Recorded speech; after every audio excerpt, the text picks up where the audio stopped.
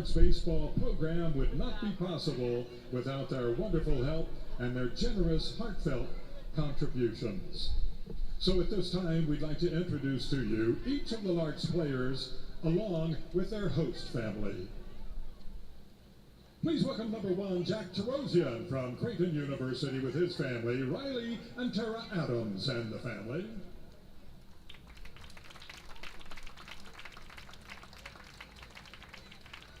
Number 2, Tanner Rice from the University of Texas at Arlington with Kent and Shonda Worth family. Number 3, Austin Jaslove from the University of Tennessee with Scott and Audrey Lindenmeyer and family.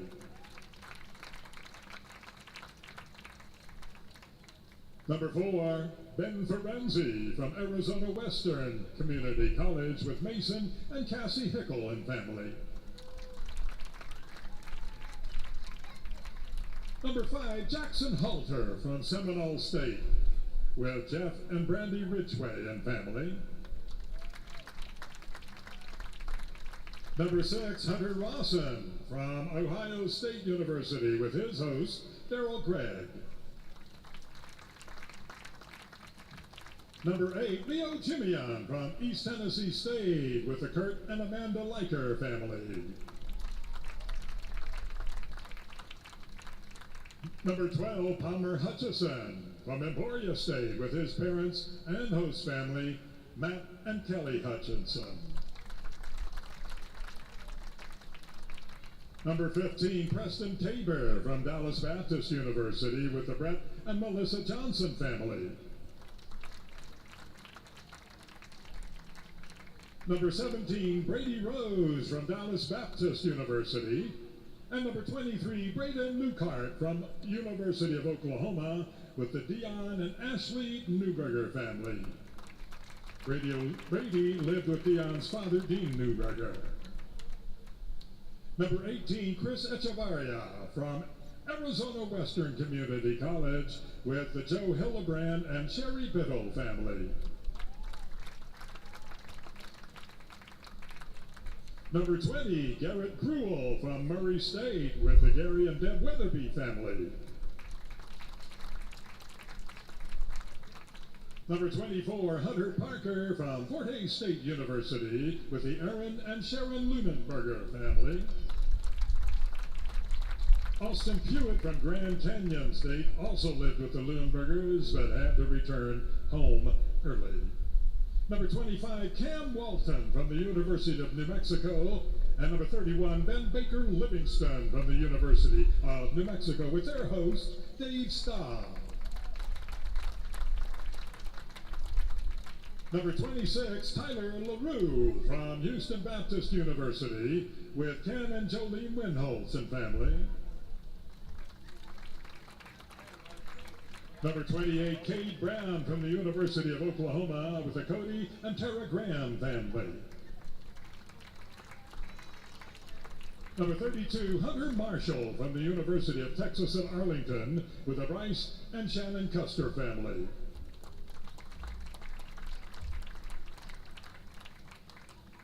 Number 33, Dylan Dreiling from the University of Tennessee with his parents and host family, Doug and Lindsay Dreiling and family. Number 34, Caleb Meredith from the University of Tennessee with the Sean and Courtney Dale family. Number 7, Brady Evans from Northeastern State of Oklahoma. And number 21, Kobe Grimsley from Central Oklahoma with the Tony and Diana Staley family.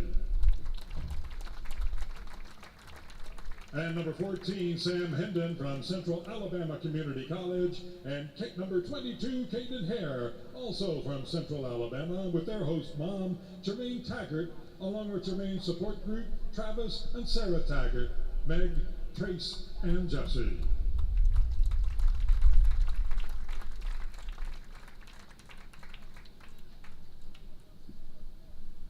Our great thanks, ladies and gentlemen. You see these wonderful people out in the infield here at Larks Park. The Larks program would not be possible without their generosity and their contributions. Friends, we thank you, one and all.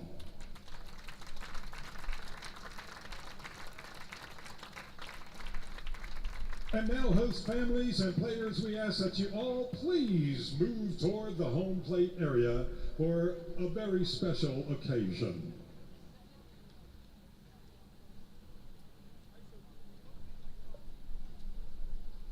Please come all the way into home plate, make a tight circle.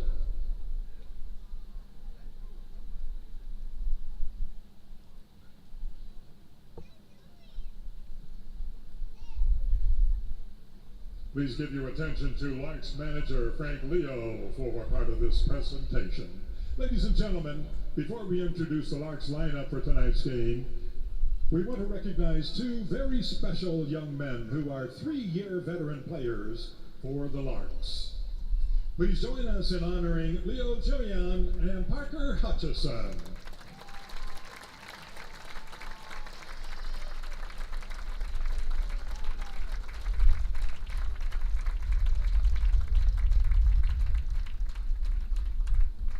Leo and Parker, stay where you're at, and please turn your attention here to the fans in the grandstand. Thank you. Our first honoree is Leo Jimian. From Saint-Lô, France, came to the Larks in 2020 by way of Clarendon College in Clarendon, Texas, where he was a standout player before transferring last season to East Tennessee State. At ETSU, Leo played 29 games for the Buccaneers, leading the team in stolen bases with a batting average of .302 and a .397 on-base percentage while hitting 3 home runs. Throughout his summers in Hayes, Leo's been a solid performer and a great team player. A gifted athlete, Leo has been a mainstay in center field for the Larks in his 3 seasons with the program. Leo played in every game for the Larks in the 2020 season and had 12 RBI, 227 batting average, and a .372 on-base percentage with 15 steals. Last season, Leo picked up the pace by hitting 5 home runs, 33 RBI, a .305 batting average, and a .374 on-base percentage, along with 18 steals. So far this season, he has 34 hits with 10 doubles, 2 home runs, 17 RBI, a .347 batting average, and a .531 slugging percentage, and 17 stolen bases. Defensively, Leo is one of the best. The fleet center fielder has a career fielding percentage with the Larks of .987 and has been perfect on 39 chances this season.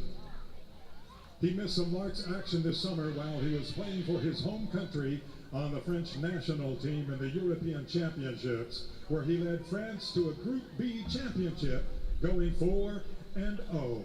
He had an impressive .625 batting average in the tournament to go along with 7 RBI and 3 stolen bases, and is the first French baseball player trained by the French Federation of Baseball and Softball to play NCAA Division I baseball here in the United States.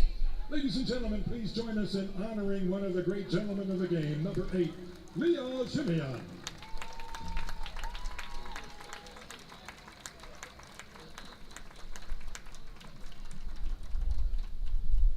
Our second honoree is Palmer Hutchison. Palmer is a Hayes native and played for Coach Leo and Coach Harper at Hayes High School, where he was a 2-time Western Athletic Conference first-team selection and a 2019 Sports in Kansas 5A second-team All-State selection. Palmer played in 2 games for the Larks in late 2019, and so he has appeared on the Larks roster in 4 different seasons. He comes to the Larks by way of Kansas City, Kansas Community College, where he's been a steady performer for the Blue Devils, playing in 126 games, hitting 28 home runs with 111 RBI and 125 runs scored. At KCKCC, Palmer received League Player of the Week honors and National Player of the Week honors while hitting .362 this past spring. As a 3-year veteran with the Larks, Palmer has played in 97 career games with 90 hits, 11 home runs, 57 walks, 71 RBI, and 88 runs scored. Over the past 3 seasons, Palmer has been a part of 21 double plays, and he helped turn a triple play last year in the NBC World Series. An outstanding third baseman, Palmer has 140 career assists with the Larks. He is currently tied for the team lead in home runs with 9, and if the season ended today, his .713 slugging mark would be the 3rd highest all time in Larks history for a single season. Ladies and gentlemen, one of the Larks' most solid and dependable players, please join us in honoring number 12, Palmer Hutchison.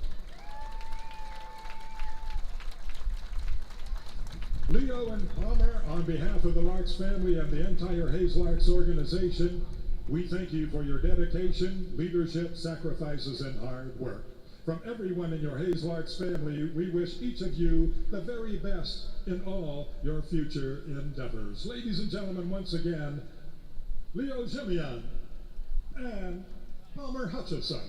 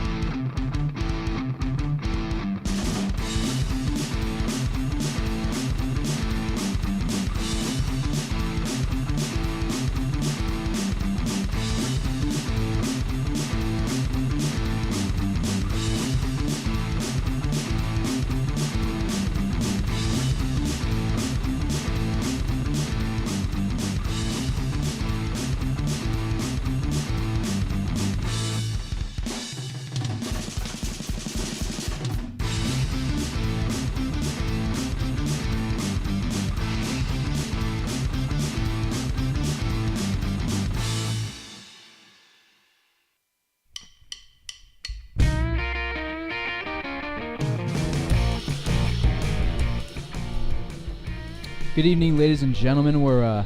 As you can see, we're a little bit delayed getting started here on Larks Network because of the rain delay.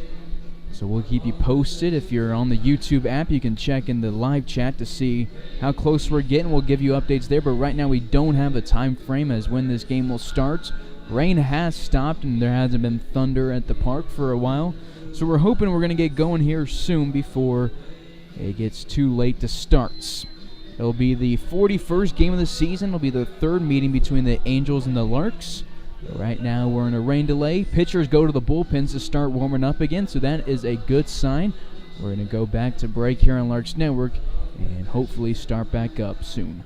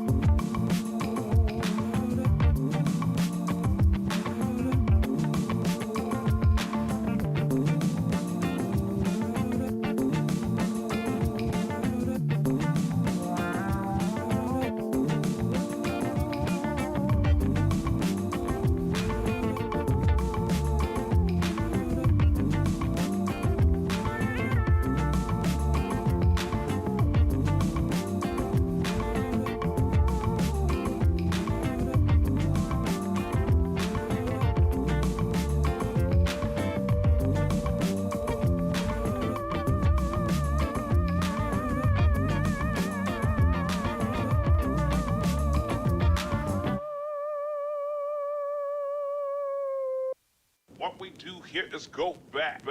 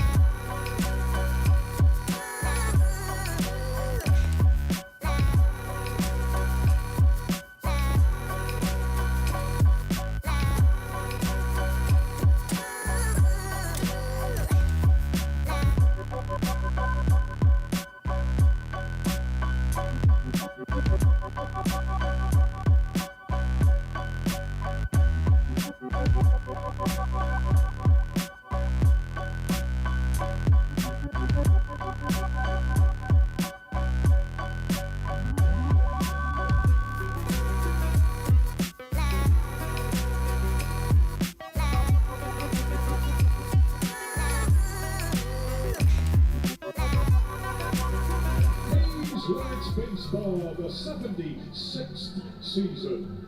It's host family night here at the ballpark, and we send a very special thank you to the wonderful host families whom you met at the start of tonight's game and who are the heart of the Hayes Larks baseball program. Tonight's Rocky Mountain Baseball League contest is the first game of this two-game series that features the Gameday Angels from Parker, Colorado, and your Hayes Larks. The Larks enter tonight's game at 32-8 on the season, and at 22-4 are in second place in the Rocky Mountain Baseball League, headed for the NBC tournament. Free admission for tonight's game has been made possible through the generous sponsorship of Phase 2, Commercial Builders, Big D's Red Hall, Whiskey Creek Woodfire Grill, and the Hayes Masonic Lodge. We greatly appreciate these generous folks and their support of Hayes Larks baseball.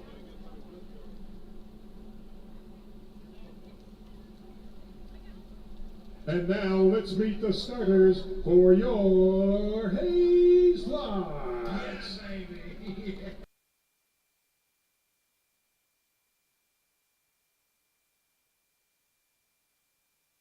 Leading off and playing right field from Creighton University, number 1, Jack Terosian. Batting second, playing second base from Ohio State University, number 6, Hunter Rawson. Batting third, playing third base from Emporia State University, number 12, Palmer Hutchison. Batting fourth, a designated hitter from Murray State, number 20, Garrett Gruel. Batting fifth, playing left field from the University of Tennessee, number 33, Dylan Triley. Batting sixth and playing center field from East Tennessee State, number 8, Leo Jimian. Batting seventh, playing first base from the University of Oklahoma, number 28, Cade Brown. Batting eighth, playing shortstop from the University of Tennessee, number 3, Austin Jaslow. Batting ninth, tonight's 8th Street Liquor Beverage batter, the catcher from Northeastern Oklahoma State, number 7, Brady Evans. And tonight, making the pitching start for the Larks, 6-1 on the season with 1 save from Central Alabama Community College, number 14, Sam Hendon. Ladies and gentlemen, in his 40th season with the Larks, please welcome the head coach, Mr. Frank Leo. Pitching coach is Keith Hyper. Assistant coach is Dusty Trayer.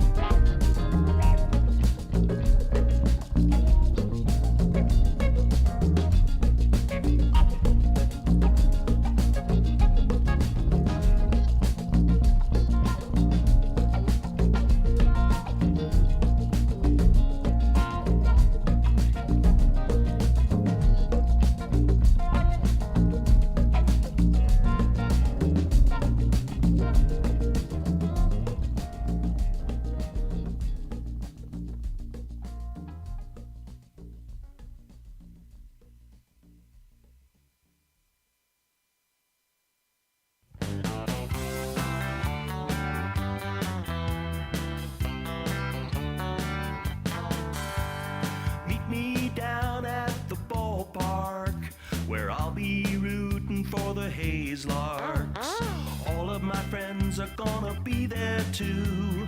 Nothing in the world I'd rather do than grab a hot dog burger and a cold beer. You'll hear me yelling out a big cheer, 'cause whether they win or whether they lose, I'll be rooting for the Hayes Larks. Hayes Larks! I'll be rooting for the Hayes Larks. I can't wait to see a home run. I know for sure there's gonna be one. I'll call out the players by their first name. Sure am glad I made it to the game. Rain or shine, I'm gonna be there. If the stands are full, I'll bring a lawn chair. So join me down at the old ballpark. I'll be rooting for the Hayes Larks. Hayes Larks! So join me down at the old ballpark. I'll be rooting for the Hayes Larks. Hayes Larks!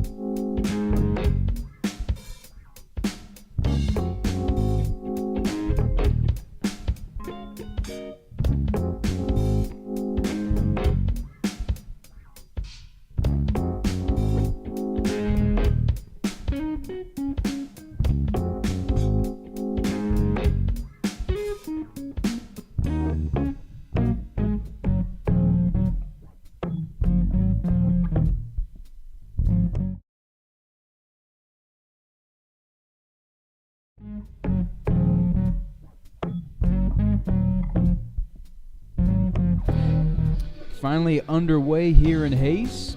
It's the third matchup of the season between the Larks and the Angels. Angels come in this game 12-13 on the season and have lost 5 of their last 6.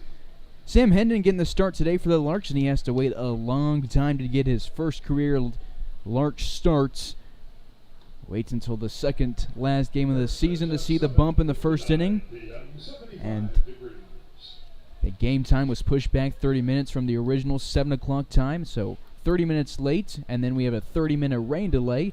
So Sam Hendon really having to wait. It's tough to warm up before the game as a pitcher and then come out and throw strikes right off the bat and be in a groove. You warm up, and then you have to sit while the rain delay happens, and it's really easy to lose focus and lose what you got warming up.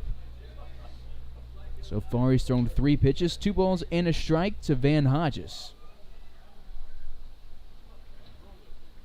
Van Hodges out of Allen Hancock grounds one to Palmer Hutchison, who picks it up at third base and loses it on the transfer. Don't know how much of that has to do with the ball being wet and the turf being wet, but regardless, it slipped out. Hodges reaches on Palmer Hutchison's error. Runner at first base with nobody out here to start the ball game. The second baseman, number 4, Joe Finder. Joe Finder to the box. He's out at Garden City Community College. He's a Lincoln, Nebraska native, going up against the Alexander City native. Sam Hendon, a freshman righty out of Central Alabama College, is 6-1 on the season. He is tied with Hunter Parker for the team lead in Rocky Mountain Baseball League for games won. The Game Changer only shows he's picked up a few, but he's had quite a few relief appearances at the Game Changer switches to the guy who just starts the game and not who actually got the win. You got to go 5. So if you are on the Game Changer, like many of the friends and family of the guys on the team or fans, don't take that. Sam Hendon is 6-1. His last outing was his only loss of the season, where he went 1 1/3 against the BJs, gave up 2 earned runs and 3 hits. Ground ball up the middle, could be 2. Hunter Rosson waits on it, flips it to Jaslove to first base, then Brown. It is in time for 6-3 double play.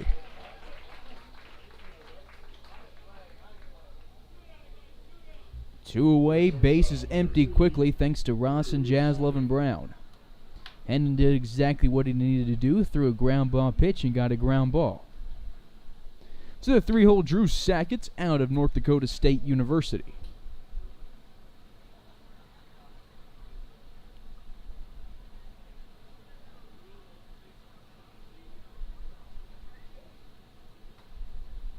First pitch, a called strike, 0-1 count. Do it for the Larks in the bottom half of the inning. Terosian, Rawson, and Hutchison. Sackett this season, .322 batting average with a .483 on base percentage. You can see why they're batting him third in the order. One more game left on the regular season. It's tomorrow night.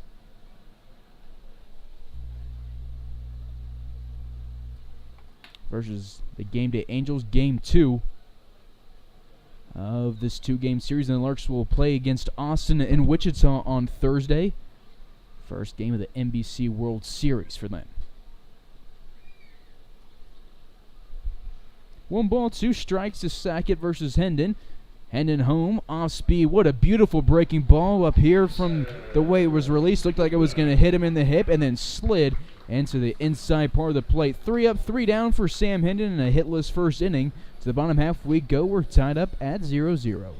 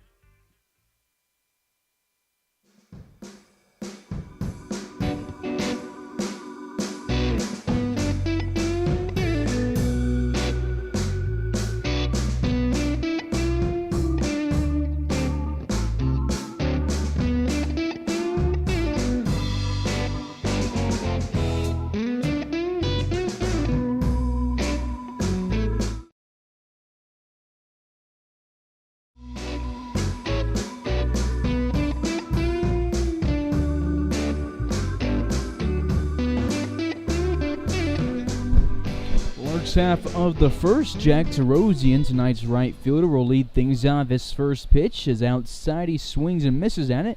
Down 0-1 in the counts. Larks come into this game 32-8 on the season. They're sitting in second place in the Rocky Mountain Baseball League. That's already been decided. 22-4 in league play. This is a league game. Larks have won back-to-back games and have won 13 of their last 14 league contests. No balls, 2 strikes to Jack Terosian. Terosian out of Omaha, Nebraska, going to Creighton for his first year with the Blue Jays, and a few weeks goes down on 3 strikes. On the bump for the Gameday Angels is Peyton Ingles without a record this season. It's his 8th appearance. All of them starts. He's thrown 35 2/3, striking out 41 and giving up 48 hits. But he's walked just 7 guys, but the earned runs have come in against him. 24 of those on the season. He came into this outing with a 6.11 ERA with just a 1.56 whip. 1 away, base paths are empty for Hunter Rawson, the second baseman. Rawson going to be big for the Larks at the NBC World Series. And just like a lot of the guys on the team, very talented, but the importance of what Rawson can do defensively is big. You can play him pretty much from second, short, third, left, center, right field. The only 2 positions really I don't think the Larks coaching staff would feel comfortable playing him as first base and catching. It's always good to have a Ben Zobrist, Whit Merrifield, Martin Parado type of guy, just a utility guy that you can feel comfortable with him playing 6-7 positions. Payne Ingles looking good through a third of an inning. He has a 1-2 count against Hunter Rawson, with Hutchison on deck, Gruel in the hole. Ingles will go from the windup, pitch home, high and above the letters, 2-2.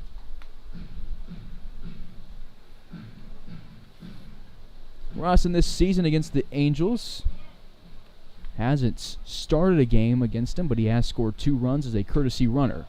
Back-to-back strikeouts are Payne Ingles. It has number 43 on the season, both strikeouts swinging.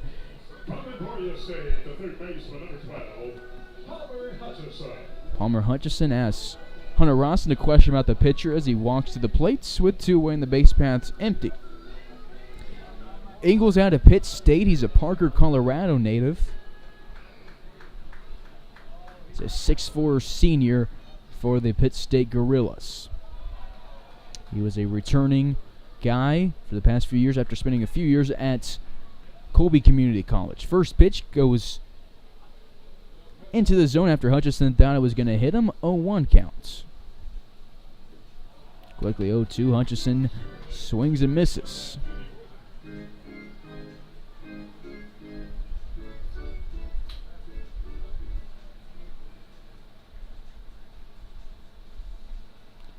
Oh-2 inside.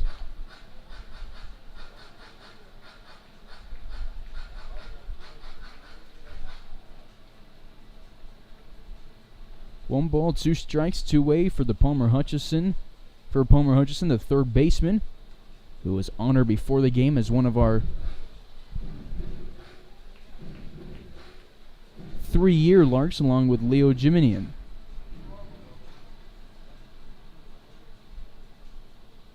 2-2 counts. Garrett Gruel in the hole, or on deck, Dylan Dreiling in the hole. Fly ball to deep center field. Vogel's keeps on moving back. He jumps up right in front of the warning track and brings it in. Ball struck to right center field off the bat of Hutchison, but it is a 1-2-3 inning for Payne Ingles. Each team brings the minimum to the plate in the first inning and strikes out at least once. To the second we go, scoreless at Larks Park.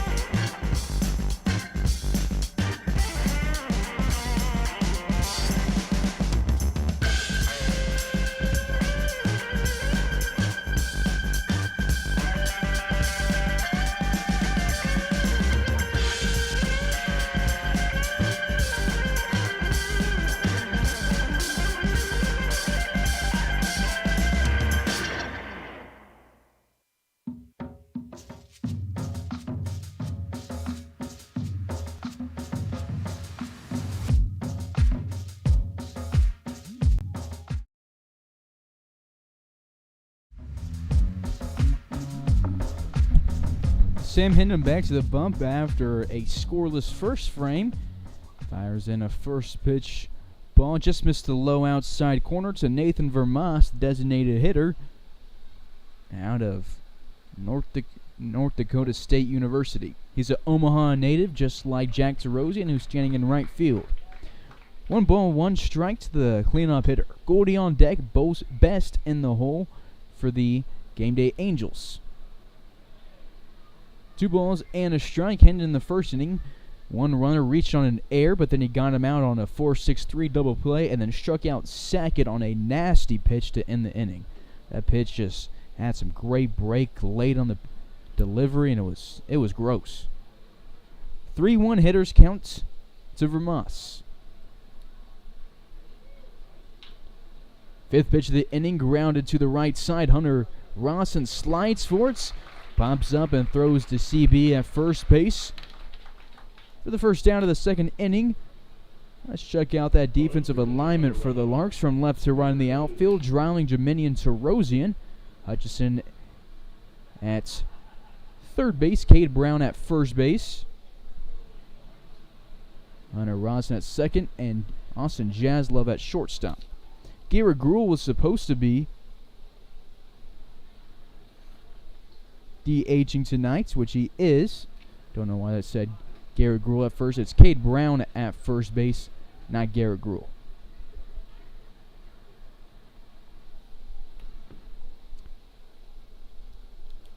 Peter Goldie to the box. He's the left fielder, working with a 1-1 count after the breaking ball misses inside. Goldie out of Metro State and downtown Denver. The Centennial, Colorado native.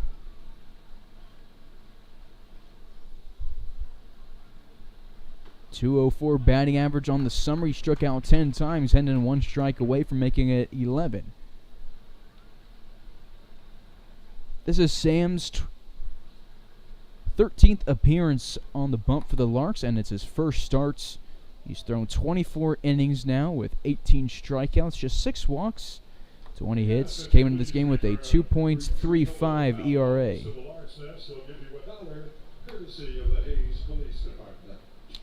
Been one of the best relievers out of the Larks pen. They threw him in some clutch situations earlier in the season, and we'll see if those outings when you throw your most trusted pitcher late in the game continue to come in for him at the NBC World Series. Line drive for left field. It is no trouble for Dylan Dreiling. 2 up, 2 down to start the 2nd inning. Best to the box. He's down to St. John's, Minnesota. Just like Larks pitcher Hunter Parker, he's an Aurora, Colorado native. Larks head to the NBC World Series on Thursday. They'll play the Austin Shockers at 3 p.m. Also in the pool for the Larks in Pool C, Austin. And then you got the Lone Star Kraken and the Seattle Studs. Larks beat the Seattle Studs last year in the tournaments, and will look to beat them in pool play this year. 2-0 count to Owen Best, the first baseman. Two-way base paths are empty. Hendon from the windup gets a swing and a miss, and on the swing, Best sends his bat to his first base coach. Seen that happen for the Larks a few times this season. This time, it's the opponent that has to go and get some pine tar. His first base coach at first base was signaling for some pine tar for the first baseman. Doesn't get any more on it, and we'll be working with the 2-1 counts.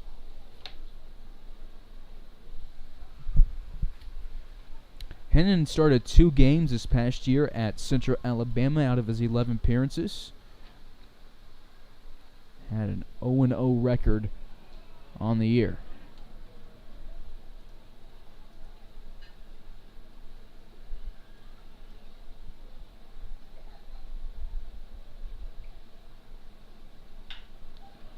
Good crack at the bat as this one goes to right field. It does drop.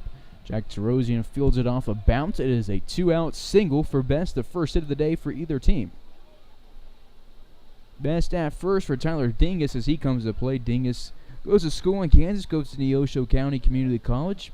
He is a Highlands Ranch native.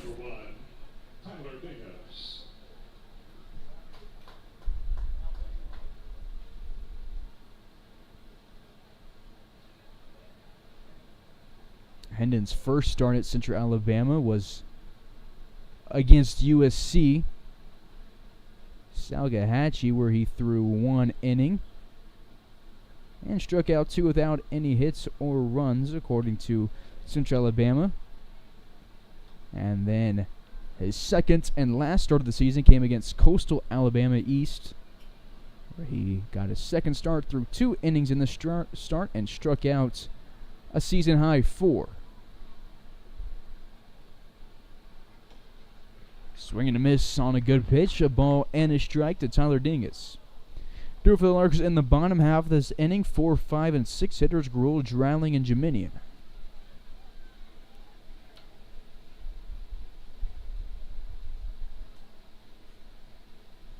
Larks have a couple of lefties up in the pen. One of them is, I believe, Brady Rose, who's just throwing in shorts, just throwing a bullpen session. That'll be big for the Larks at the NBC World Series. The other lefty is Braden Lucarts. Lucart is suited up, so he could be a reliever later in the game. 1-2, 2 away, runner at first here in the second inning in a scoreless contest. Hendon will go from the stretch, but not before checking over at the runner at first. A close play, good pickoff attempt. Brown applied the tag, apparently just a split second after Best touched the first base bag. Lights on here in just the second inning. Hendon will throw the 1-2 under the lights. Pitch is home. It is low to catcher Brady Evans. 2 balls, 2 strikes, 2 away.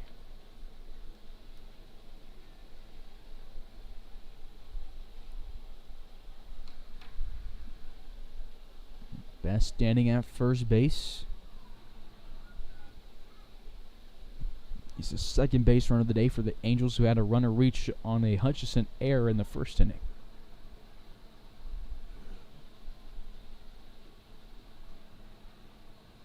Two swung on and missed. Hendon ends the second inning the way he ended the first, with a strikeout. That is his 19th as a Lark. To the bottom half of the second we go, scoreless here in Hayes after another good frame from Hendon.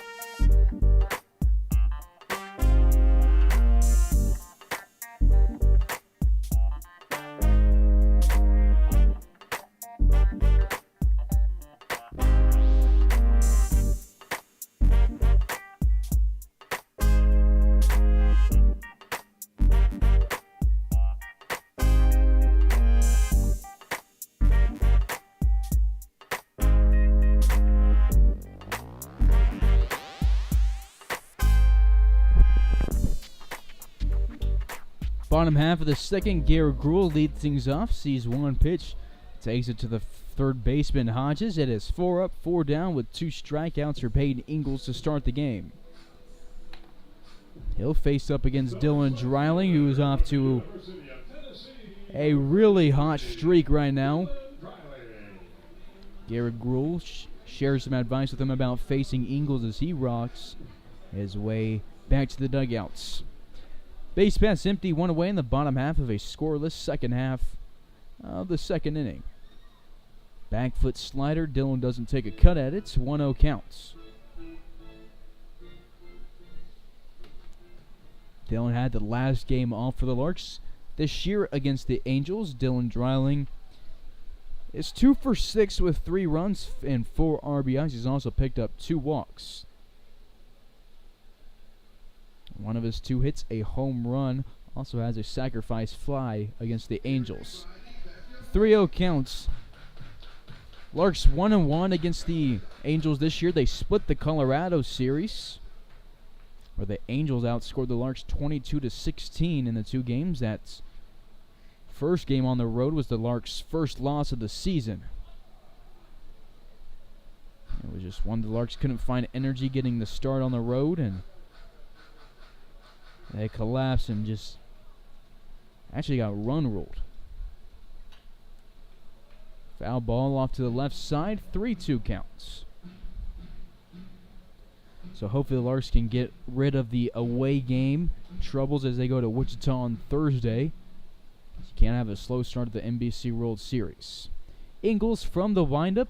The payoff pitch is home and lined back at him. Dylan Dreiling will be extending his hitting streak to 19 games with a single with 1 out in the 2nd inning.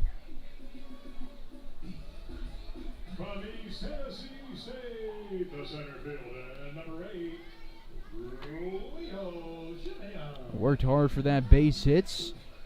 We'll try and get the Larks their first run of the day.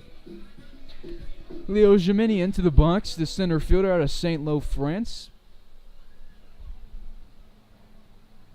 He had a 12-game hitting streak snapped in the Larks' last game. Leo in his career against the Saints, he is 8 for 33 with 9 RBIs, and he scored 5 runs. Has popped 2 home runs against them and stolen a base. Angels were known as the Saints the previous 2 years that Larks played against them. Larks went 3-1 against them last year.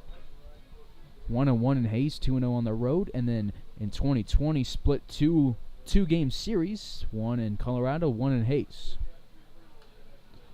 Pop fly, 1 ball and 1 strike. This is the 3rd straight year that the Larks will end their season, regular season, against the Gameday Angels. Ever since they joined the Rocky Mountain Baseball League, these 2 teams' final regular season games have been against each other in Hayes. 1-1, fly ball to the right side, foul, a ball, and 2 strikes. Cade Brown on deck, Jaslov in the hole for the Larks. Dreiling standing at first base, the lone base runner of the day for the Larks. Just a little bit in front of his first base coach and high school coach, Dustin Dreyer.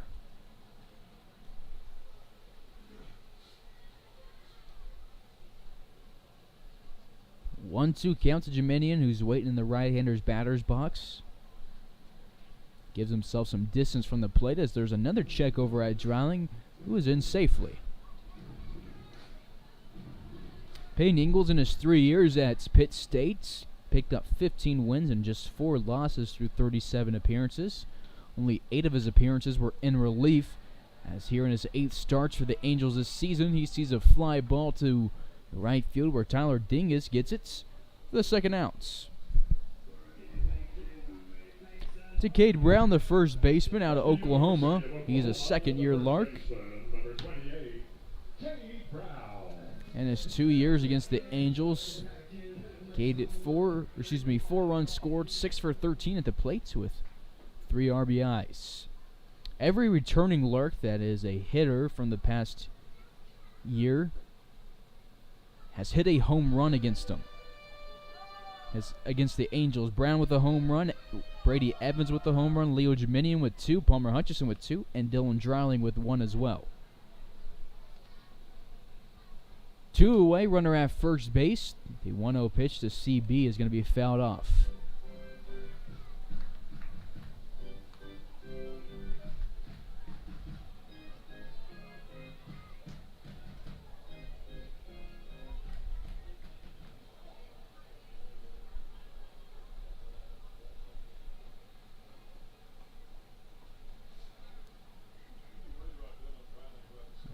Ingles has been paying a lot of attention to Dylan Dreiling at first base, who hasn't had that big of a lead and really hasn't stolen a ton of bases and doesn't have a ton of attempts this season, but he will run on this one and be safe at second base as the ball got away from Finnegan. First runner in scoring position for the Larks and for either team here in the bottom half of the second inning. It is a 2-1 count for Brown.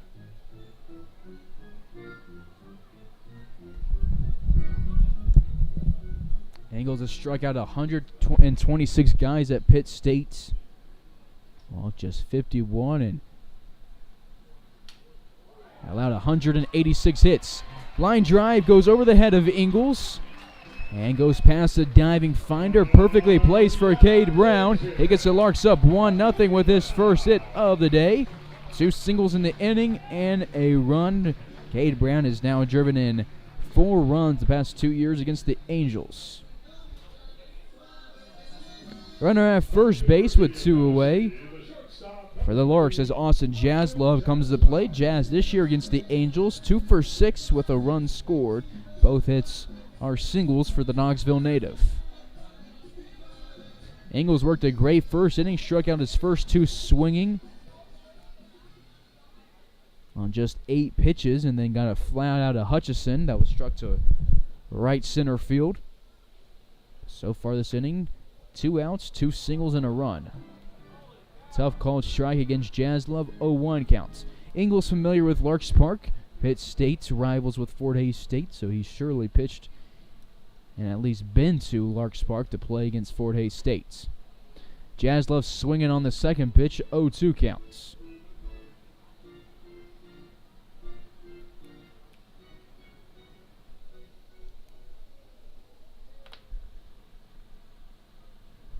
That run from Drawing was his 42nd of the season. Cade Brown just picked up RBI number 25. Trailing behind Jack Terosian by 5 for the team lead and runs scored.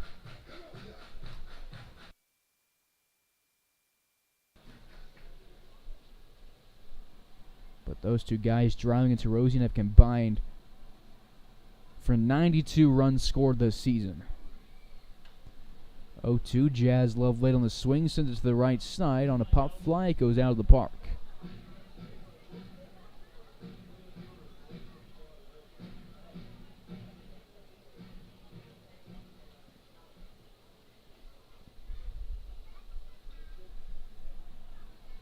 Still on an 0-2 count to the shortstop. Evans on deck, Terosian in the hole. Another foul off here from Jazz.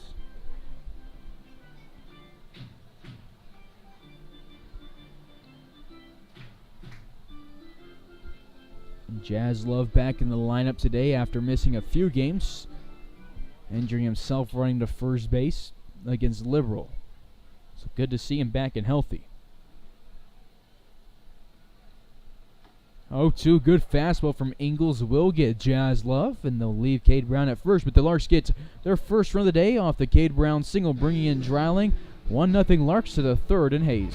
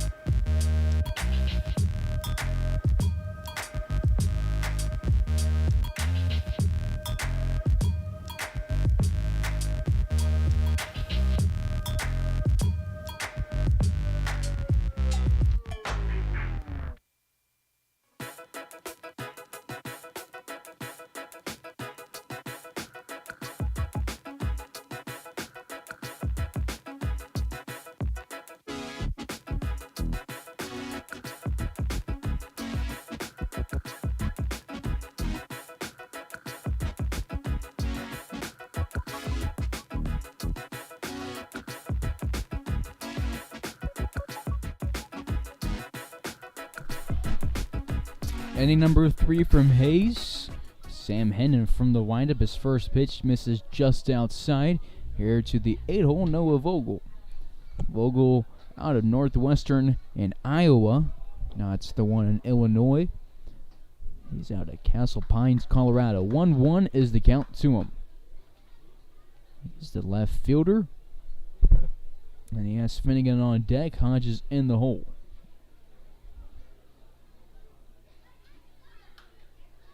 Fly ball to the left side. It'll be out of play. A ball and 2 strikes to Vogel. Finnegan on deck. Hodges in the hole. 8, 9, and 1 hitters due up here in this third frame.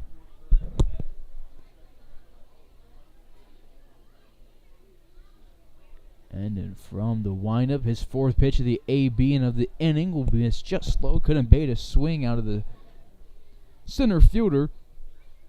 So the count moved to 2 balls, 2 strikes. In the second inning, the Angels picked up 1 hit. It came with 2 outs, and then Hendon struck out Dingus to end the inning. 2 strikeouts for Hendon, 19 on the season through 25 innings. 2-2 misses the low, bounces away from Evans. Full count.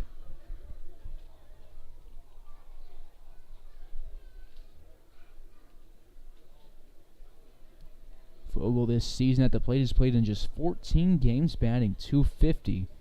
But has an OPS at 1.05. He'll work a long walk, 6 pitches to start the third inning. The catcher at number 21, Aiden Finnegan. Just the 7th walk of the season for Sam Hendon. He had a stretch where he made 5 appearances without a walk and then has allowed a walk in each of his last 4 outings. Longest outing of the season for Sam is 3 innings. It came against the Outlaws here in Hayes on July 9th, where he threw 3 innings, gave up just 3 hits, 2 earned runs, and struck out 2. Called strike, 0-1. He struck out 2 today. His season high is 5. That came against the Rough Riders in Colorado through just 2 innings. And has been a part of 1 no-hitter this season. It came on June 18th, where he threw the 8th inning against the Cougars. Walked 1, but struck out 2. It was a combined effort for the no-hitter from Hunter Parker, Kayla Meredith, and Sam Hendon.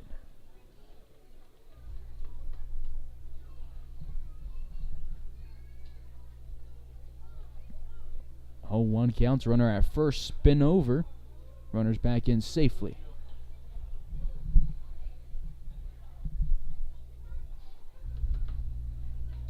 Larks up by 1 here in the third frame.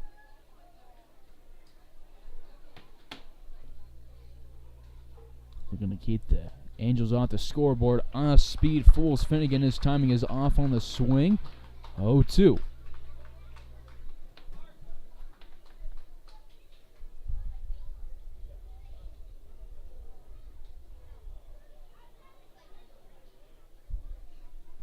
No balls, 2 strikes to the bottom of the order. Aiden Finnegan. Finnegan out of Garden City.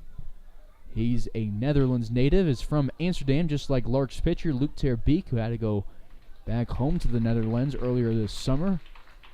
But I think there's a pretty good chance we'll be back in the Larks uniform next summer. Fly ball goes to right field. Jack Tarosian has an easy task of bringing it in and does it successfully. He gets the Larks the first out of the third frame.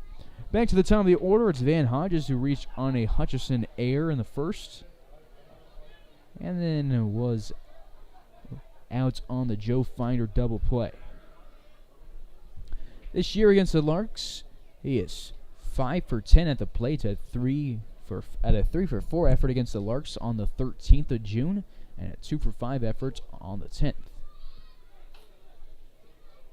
His hits against the Larks, 4 singles and a double, has picked up 2 RBIs and scored 4 times himself. In each of the first 2 games against him, he scored 2 runs.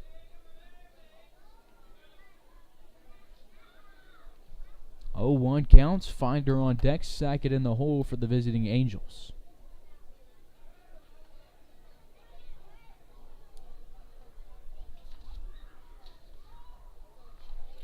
Check over at first is not in time.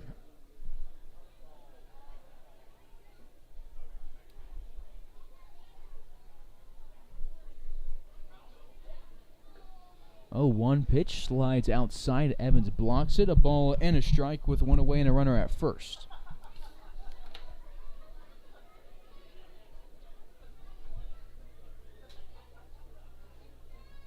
Before his outing against the BJs, Hendon through just 2 innings against the Foxes gave up 2 hits and an earned run. Before his earned run against the Outlaws on the 9th, he hadn't allowed an earned run since June 4th, so it was 35 days between his earned runs on the season. Didn't even have an unearned run between those. That's June 4th outing and that July 9th outing. He's given up an earned run in his last 3 outings. And hasn't given up 1 through 2 1/3. Runner's taken off for second base. A line drive goes to Jeminian, who will look to double him up. His throw to Cade Brown is a dime. It is his 3rd outfield assist of the season. He is the lone guy out in the outfield with a perfect fielding percentage this year for the Larks and gets his 3rd outfield assist of the season. Great defensive year for Leo Jeminian, who has a career fielding percentage for the Larks at .990, and he gets us out of the 3rd inning. Hendon faces just 1 over the minimum through 3 innings and keeps the Angels off the scoreboard with 2 strikeouts.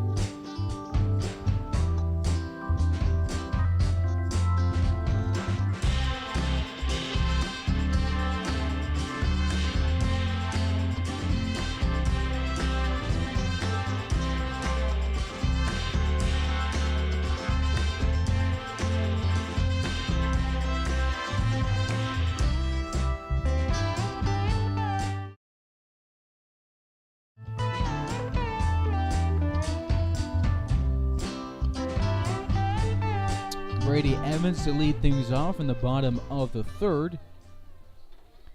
Bottom of the order, bottom of the 3rd. First pitch is a dropping ball, 1-0 counts.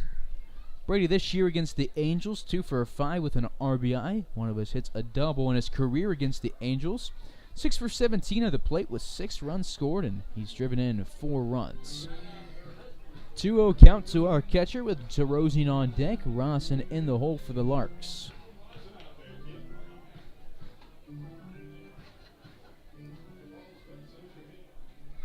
Engels still in the bump. He has struck out 3 guys, given up 2 hits and an earned run, and has left 1 on the base pass through 2 innings. Off speed, swing and a miss, 2 balls and a strike. Engels' last outing was a start against the BJs, where it was a rough one to say the least, through just 2 2/3 and had 9 earned runs, 11 hits. Struck out 2 and walked 1. Good hit to left field. It'll be extra bases again for Brady Evans. Rounds first, heads for second, and the Beverage batter leads off the 3rd inning with a hit. The remainder of this half inning thanks to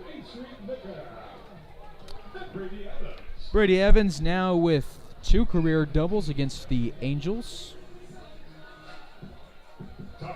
And that is his 9th double of the season. Hits today from Brown, Evans, and Dreiling.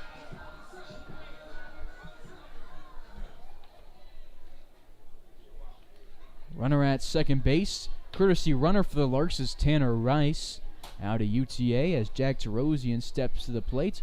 Shows bunt, pops it up, pops it over the net and into the grandstand.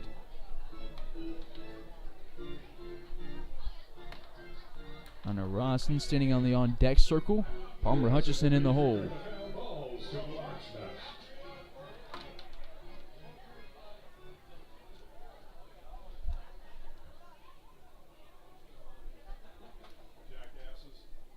Rice standing at second base. The ground ball to Terosian will be grounded right at best to Hobbs, gets it and tags first base. The second baseman, number 6, Hunter Rawson. Terosian now 0 for 2 with a strikeout and a ground outs. But in the meantime, that ground ball, since it was to the first base side, allowed Tanner Rice to advance to third base with ease. Rawson to the box. He's 0 for 1 today. Struck out swinging in the first inning. Pitch to him. Catches the inside corner. Good breaking ball from Ingles. Before Ingles was at Pitt State, he made 11 appearances for Colby Community College in his last year there. Went 1-1. 4 relief appearances, 7 starts, 10.18 ERA. Striking out 18 guys through 38 innings.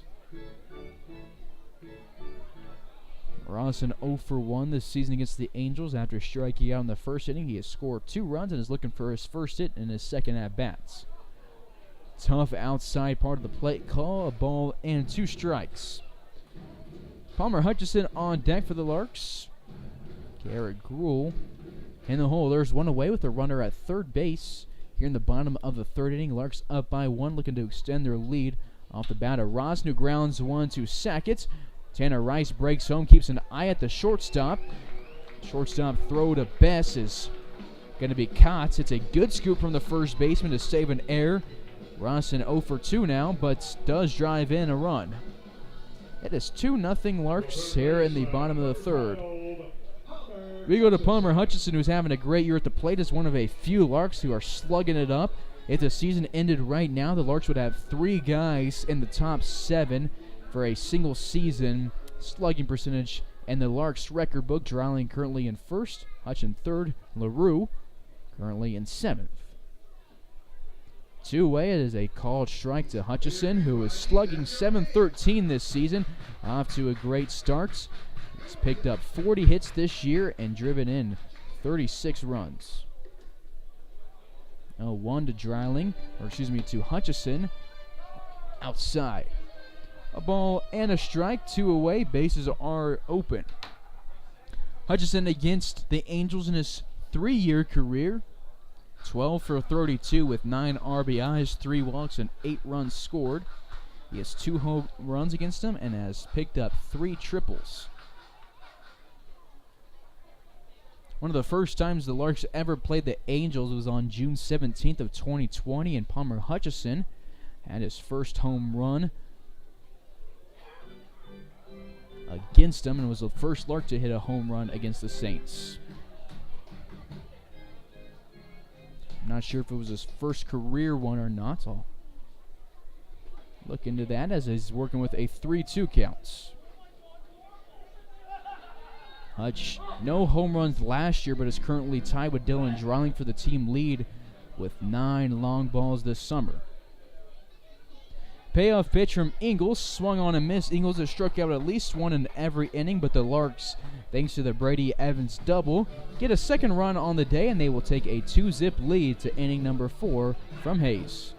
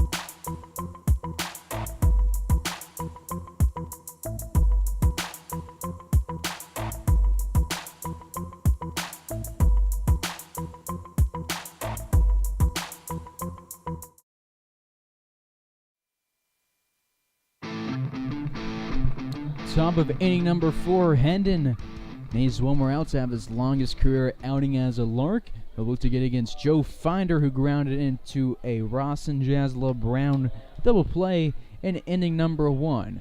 0-1 count after the foul ball goes to the right side. No balls and a strike. Nobody out here in the 4th inning. Hendon threw 3 innings, 1 walk, 1 hit, no runs. He's left 1 on base and has struck out 2. Off speed, misses outside, 2-0 counts. And he's thrown just over 40 pitches today.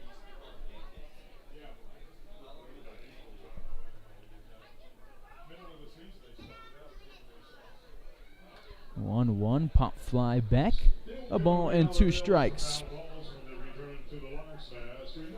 These foul balls, ladies and gentlemen, are not stupid errors. They are the property of the Larks. We appreciate your help in returning them. The Larks in the last inning had a leadoff double from Brady Evans, who was then courtesy run for by Tanner Rice.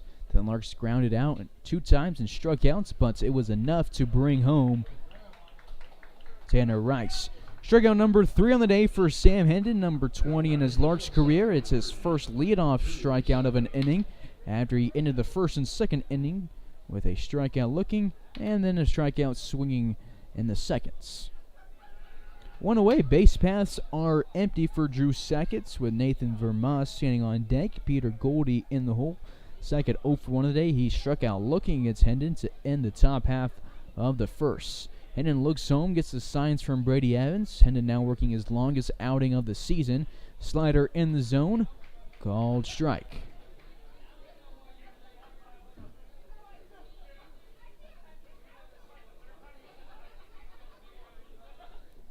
Hendon's longest outing at Central Alabama was 2 innings. He did it a couple times. Once in a start against Coastal Alabama. And then he did it against Snead States in relief. Pop fly to the right side on an 0-2 count with 1 away. Tanner Rice backpedals. That is Hunter Rawson at second base. Makes an over-the-shoulder basket catch. Good play from Rawson as he called off to Rosian. At the last second, reeled it in. 2 up, 2 down for Hendon in the 4th. He has retired 4 in a row.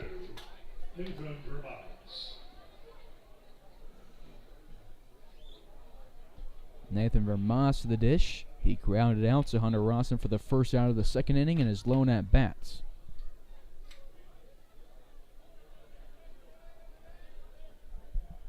First pitch fastball in the zone. Vermas 1 for 8 this year against the Larks at the plate. His lone hit was a single in a 1 for 5 effort on June 10th.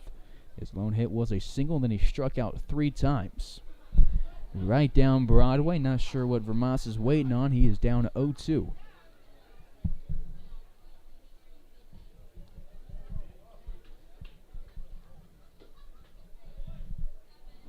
0-2 outside. 1 ball, 2 strikes, 2 away. Do it for the home team in the bottom half of the 4th inning. The Larks will go with Gruel, Dreiling, and Jeminian. 4, 5, and 6 hitters are combined 1 for 3. Hendon goes for the outside corner, doesn't get the call. Rawson, Evans, and Hendon were all ready to come off the field. Instead, the at-bat and inning will continue. 2-2 counts.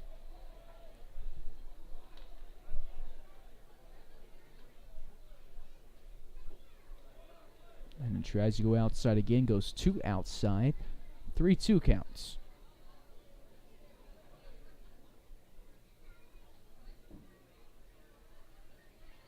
Deep breath from Hendon. Payoff pitch is home, sent to the backstop. Hendon has walked 1, struck out 3, and give up just 1 hit through 3 2/3. Hasn't allowed a runner past first base.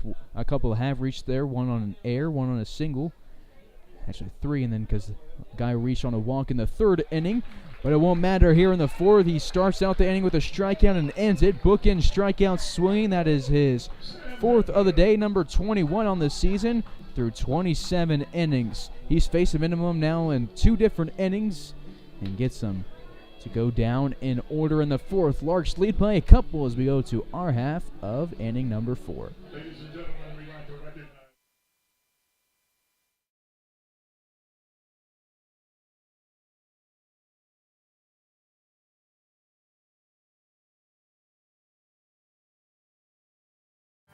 Meet me down at the ballpark, where I'll be rooting for the Hayes Larks. All of my friends are gonna be there too. Nothing in the world I'd rather do than grab a hot dog burger and a cold beer. You'll hear me yelling out a big cheer, 'cause whether they win or whether they lose, I'll be rooting for the Hayes Larks. Hayes Larks!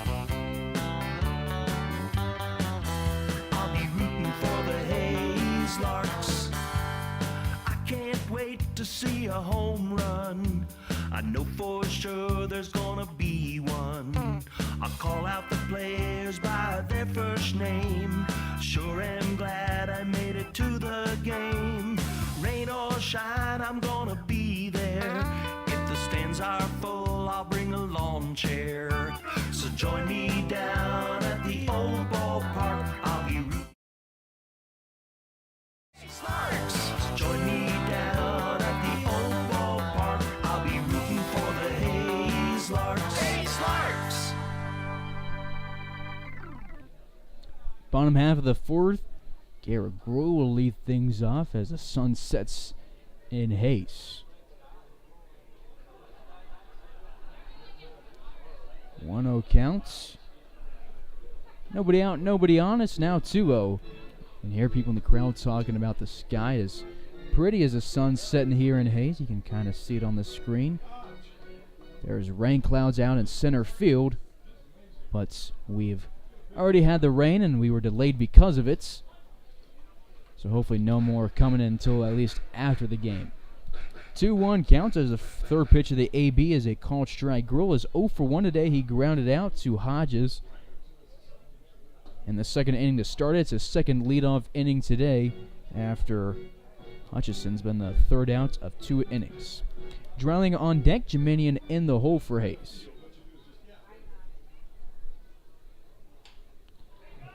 Rounder up the middle. It's going to be a tough play from Finder. Has to throw across his body at first base. And Garrett Gruhl legs out an infield single. Best can't believe he didn't get the call and is looking at his coaching set to see if they'll argue. His teammates are motioning for a replay with the headphone signal that the MLB uses, but we don't have that technology here at Larks Park, so we will give Garrett Gruhl a 1 for 2 day as he singles up the middle. Dylan Dreiling to the plates. He is 1 for 1 today with a single and a run scored. Thanks to that single, he's now hit in 19 consecutive games. That was tough to get out, but 19-game hitting streak for Dreiling. Gruhl at first. First pitch to Dreiling is a fastball at his toes. 1-0 counts.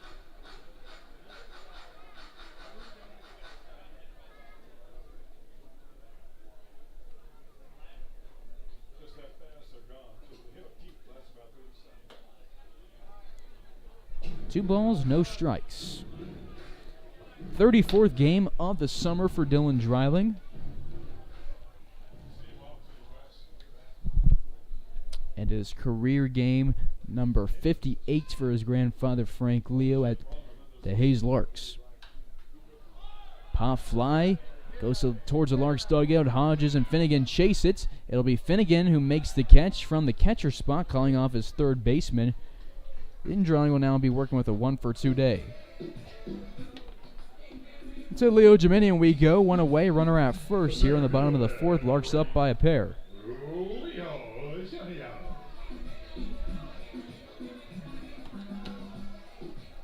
Brown standing on deck. Jaslov in the hole. Leo today 0 for 1 with the flyouts. In his career against the Angels, Leo is 8 for 34 with 2 home runs, 9 RBIs. Now make it 9 hits against him as he sends one to right field. 2 singles in the inning for the Larks, their 4th single of the day, along with a double from Brady Evans. Makes the Larks have 5 hits through 3 and a third. Garrett Gruhl to second base, Jeminian to first as Cade Brown comes to the dish with 1 away. Brown singled in the second inning to drive home Dylan Dreiling, and would like his second hit of the contest in this AB, runner in scoring position. Finder playing close to second base, ready to turn a double play. He's already seen one ball come towards him. But it was Garrett Gruhl who hit it, and he reached on an infield single. Calling strike here to Brown in his second season with the Larks.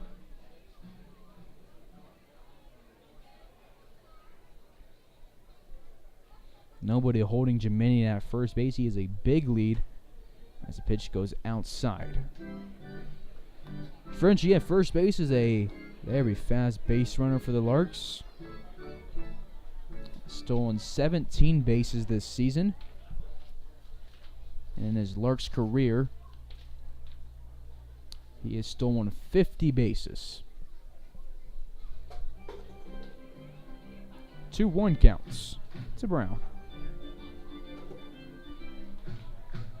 Jazz on deck, Evans in the hole.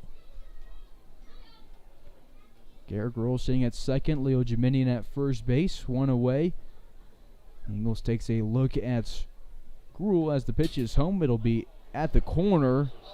2-2. Crowd can't believe the call from home plate umpire Hunter Fitzpatrick. Cade wasn't too happy with it.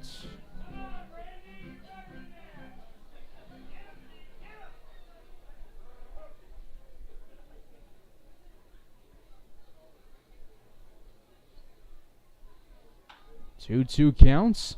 Pop fly sent to right field. It will drop, and it'll be Cade Brown's second single of the day. Leo holds Gruhl at third base.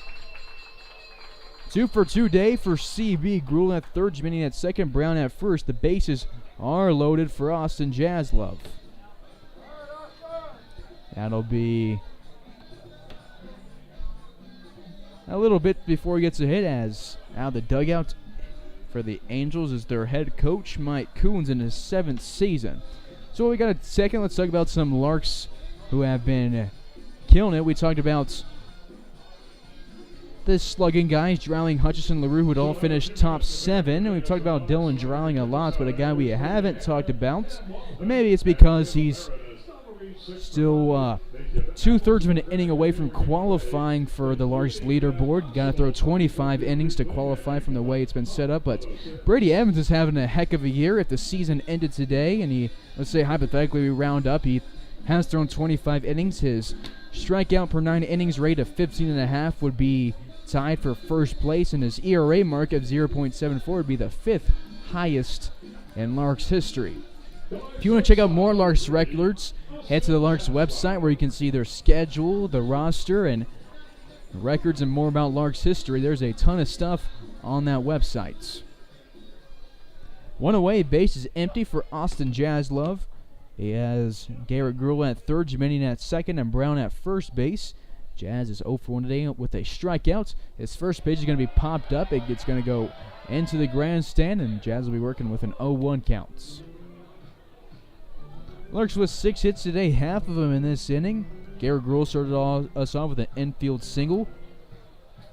Then Jiminian singled after the Drouling pop out, and then Brown just dropped one into right field.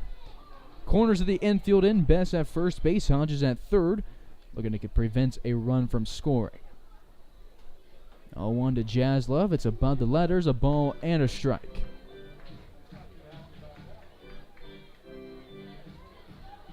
Jazz leads the team with 56 hits. This is his first game since Saturday. He was injured against the Cougars, not the BJs. In that game, he went 0 for 2 and had a hitting streak snapped. It was at 6 games, and then because of the injury, he never got to finish his day. 2-1 count, bases loaded to Austin Jaslove with 1 away. And bottom half of the 4th. Fly ball into right field. Garrett Gruhl goes to tag up as Dingus runs in, makes the catch with momentum. Gruhl tags up, the throw is going to be in time, but I think Gruhl got under the tag. And Leo Jiminian will run home as he saw the ball get away from the catcher, and he will be tagged out as Ingles was there to back it up. He will be a little too aggressive and be the 3rd out of the 4th inning. But Austin Jaslove will have a sacrifice fly as he picks up an RBI. And Garrett Gruhl scores his first run of the day. Larks have scored 1 run in each of the past 3 innings. They lead by 3 as we go to the 5th.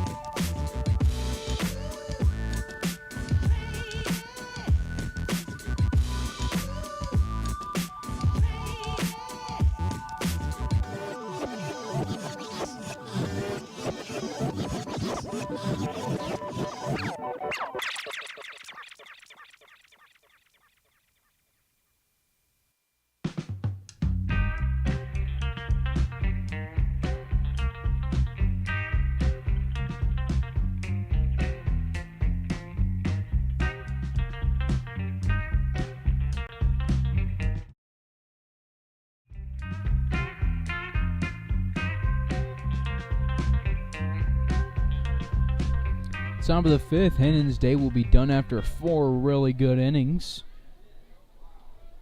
Faced 4 over the minimum, but kept him off the scoreboard, allowed just 1 walk and 1 hit, no runs, and he left 1 runner on the base paths. Grimsley's second pitch will miss the zone, 2-0 counts. Versus Peter Goldie, the left fielder who lined out to Dylan Drowling in his first at-bats.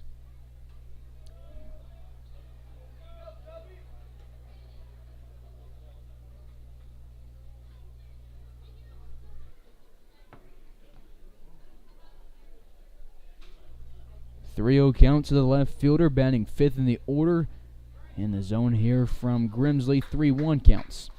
Hendon through 4 innings, gives up just 1 hit, strikes out 4, just 1 shy of a season high, no earned runs, throws 56 pitches. 3-1, it's inside Goldie, tries to bring in the hands in and pull it to left field, and instead he takes it to the Larks dugouts. 3-2 count after going down 3-0. Grimsley gets 2 strikes and works his way into a full count versus Goldie. Goldie out of Metro States. Pops this one up over to the right side. Cade Brown drifts into foul territory, and he will get the outs.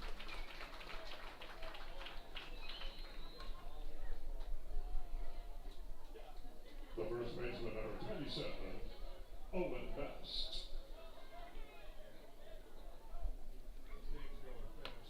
One away, bases are empty between Hendon and now Grimsley in the 5th. The Larks have retired 6 in a row. Goldie now 0 for 2, and to the plate is the man with the lone hit of the day. For the Gameday Angels, Owen Best, who singled in the 2nd inning. And then responded with a strikeout to end the 2nd inning and put the Larks at the plates.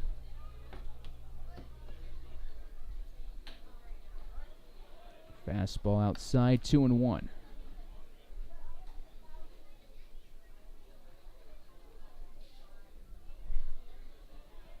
This is Best's first game hitting against the Larks this season, as he watches this one miss low. It's his first out. He hasn't pitched or hit against Hayes.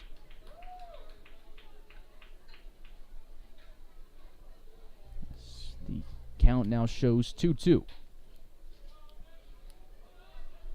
This is Kobe's 15th appearance on the mound for the Larks. He is 2-1 this season and working with a 3-2 count. Both batters start their ABs with full counts versus Grimsley here in the 5th. Grimsley's last outing was against the Cougars on Saturday, where he threw just 1 inning, no hits, no runs, no walks, and struck out 1 of his 3 outs. Payoff pitch in the zone. He rings up Owen Best. The Larks pitching staff has now struck out 5 through 4 2/3. Hendon 1 looking, 3 swinging. Grimsley 1 looking. Grimsley did pitch against the Angels on the 13th of June. It was that Monday game that the Larks won. He threw an inning. It was a perfect one. No hits, no runs, and no walks. So he's faced 5 this year against the Angels and retired them all.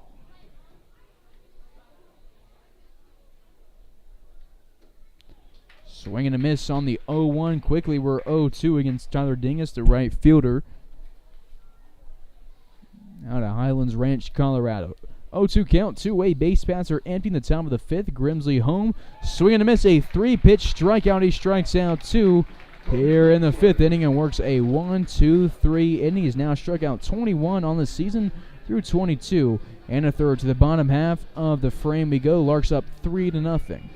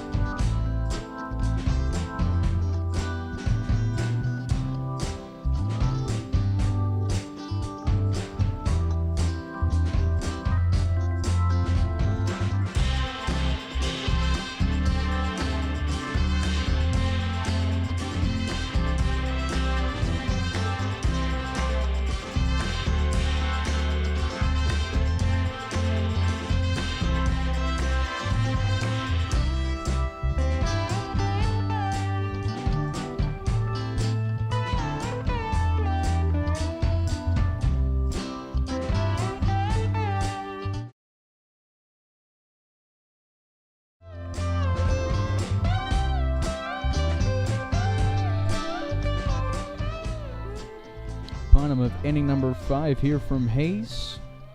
Leading things off for the Larks is the former teammate of Larks pitcher who just pitched a 1-2-3 fifth at Murray State. Brady Evans. Kobe Grimsley struck out 2 and got a pop-up in the 5th inning. They were teammates at Murray State before Grimsley spent the past year at Central Oklahoma, and now Brady Evans is taking his talents to NSU. 1-0 home, Ingles almost catches the catcher, and it's a 2-0 count. Evans on the day, 1 for 1 with a double. Tanner Rice courtesy ran for him and scored. Led off that 3rd inning with that double. And it's 3 for 6 against the Angels this season at the plates. Fly ball to the right side will be out of play. 2-1 counts.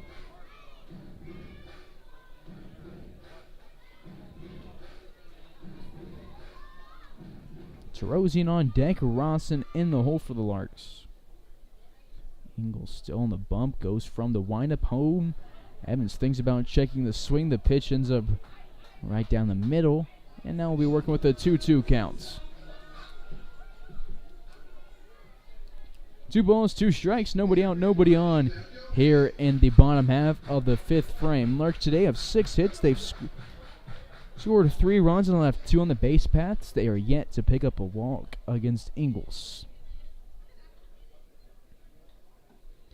2-2 is going to be a fastball that Evans watches. He gets rung up to start the 5th inning.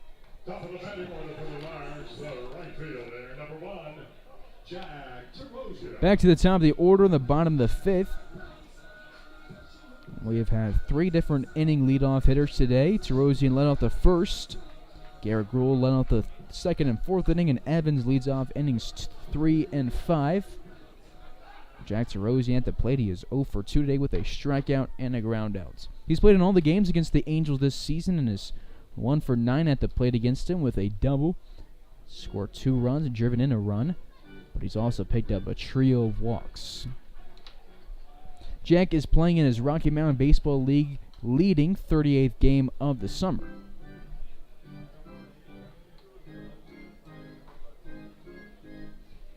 .38 games, 46 hits, 24 walks, 47 runs, and 23 RBIs. A ball and a strike. Ingles delivers. Jack takes it opposite field. Running back as Goldie is going to be over his head. Goes off the top of the wall, and I mean the top. It is so close to being a home run for Tarosian, but he will settle for a 1-out double and get his first hit of the day.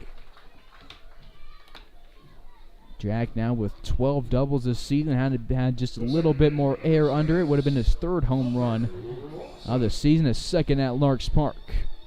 Got to have some power under your swing to get it out there like that, especially when it's opposite field. And it wasn't the best contact that Jack's made all season, but he will be having an extra base hits and sitting in scoring position as Hunter Rawson comes to the plate with a 3-run lead.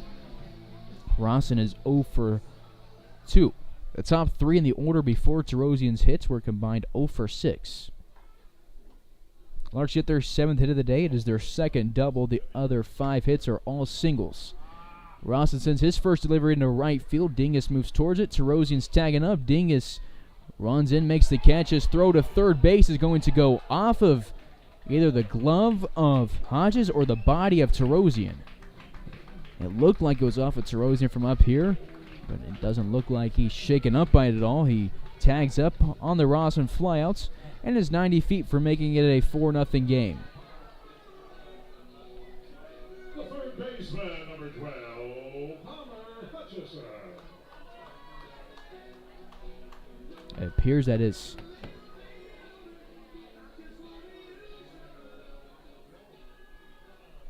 number 22 on the mound. I have on the roster Payne Ingles as number 22, but they had him at number 23 in the lineup card. And he pitched. I'm not sure if we're still working with him or not. 22 on the Angels roster. If you switch him and Ingles, it would be Zach Boone, who the Game Changers throws is shown as thrown 1 1/3. I'll have to look at the Angels Game Changer right now to confirm whether it is Ingles or Boone, as it is an 0-2 count for Palmer Hutchison, who is working an 0 for 2 today.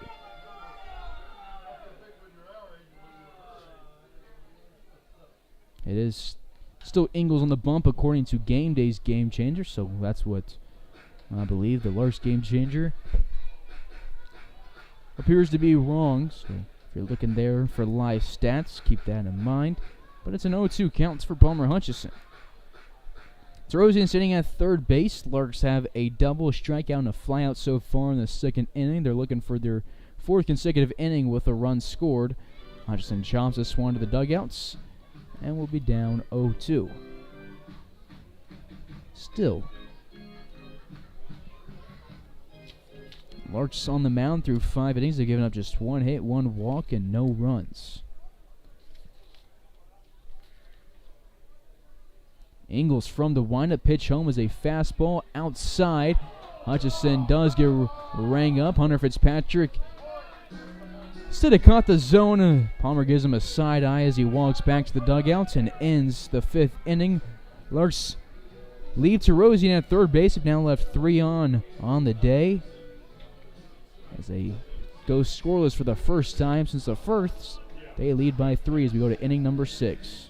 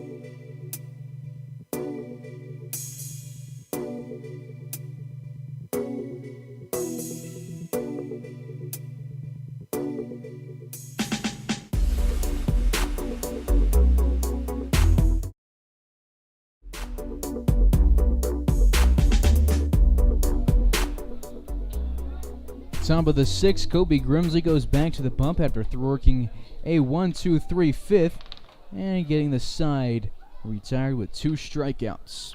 Noah Vogel leads things off. He's the center fielder who walked and then was thrown out by Leo Jeminian to end the 3rd inning. 1 ball and a strike between Hendon's 4 and now Grimsley's 3. The Larks have retired 7 in a row. Actually, no. Ain't that 5 from Hendon, 3 from Grimsley, 8 in a row. Swing and a miss, 1-2. 2 strikes, both swings and misses out of Vogel.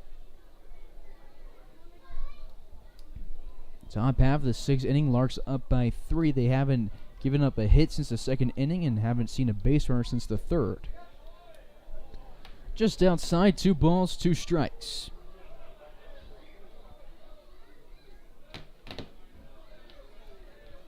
Grimsley was a part of that no-hitter against the Tribe on the 17th, where he pitched 4 innings and struck out a season-high 7.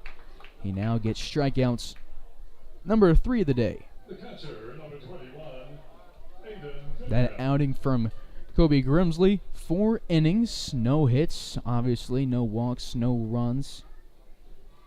He got some help from Braden Lukart and Preston Tabers. Our Larks through their seconds of 3 no-hitters on the season. As part of 14 straight hitless innings from the Larks pitching staff. Kobe not messing around here, gets a call strike to Aiden Finnegan, the catcher who flew out to Jack Tarosian for the first out of the 3rd inning. This one's flown into center field where it drops in front of Jeminian. It'll be the first hits for the Angels since inning number 2. Top of the Angels, batter order, First time a Larks pitcher will be forced to work from the stretch since there was one away in the third inning.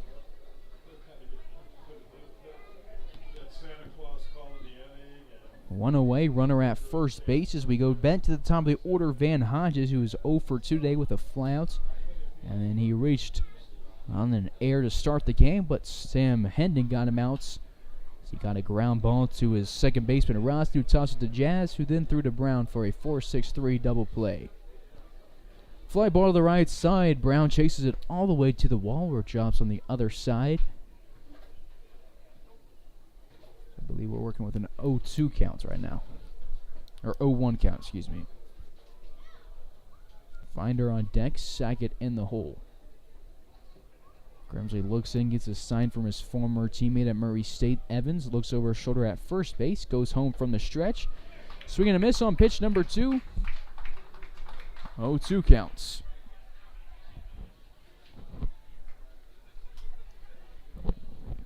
Van Hodges out at Allen and Hancock University. He's from Highlands Ranch.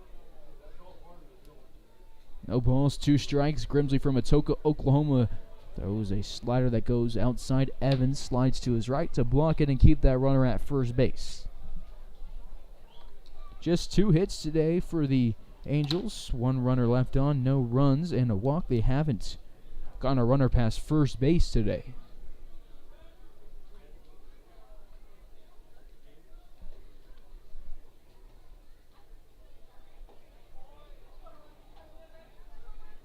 Fastball low, 2 balls, 2 strikes. Larks have a right-handed pitcher up in the pen.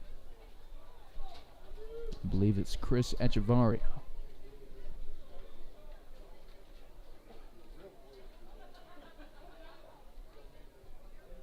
Two home. It is close to the hands of Hodges, who, after going down 0-2, is now seeing a 3-2 count.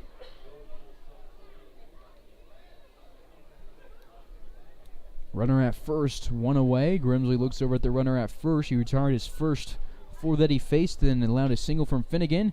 Gets a ground ball as it rolls foul to the left side. That single from Finnegan broke a stretch where the Larks retired 9 straight and had 5 strikeouts in that stretch. Larks with 7 strikeouts on the bump through 5 1/3. 4 from Sam Hendon. And 3 from Kobe Grimsley. Actually, 4 from Kobe Grim. Oh, yes, 3 from Kobe Grimsley.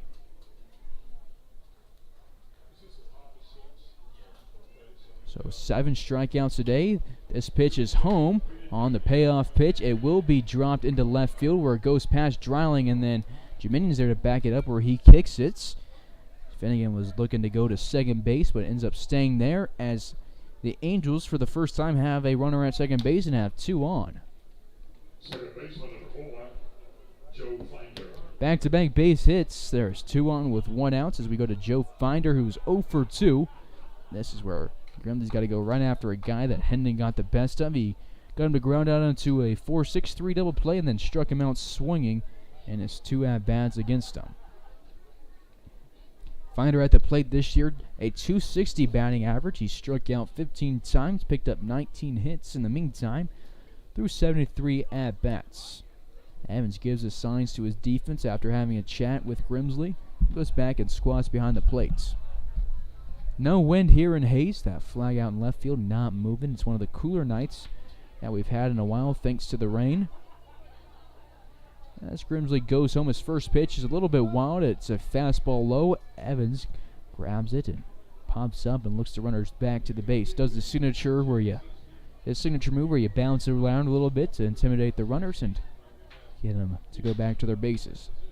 After the mound visits from Evans and then now the ball, Keith Harper's out of the dugout. Well, he will have a chat with Kobe Grimsley. There's 2 on with 1 out in the 6th.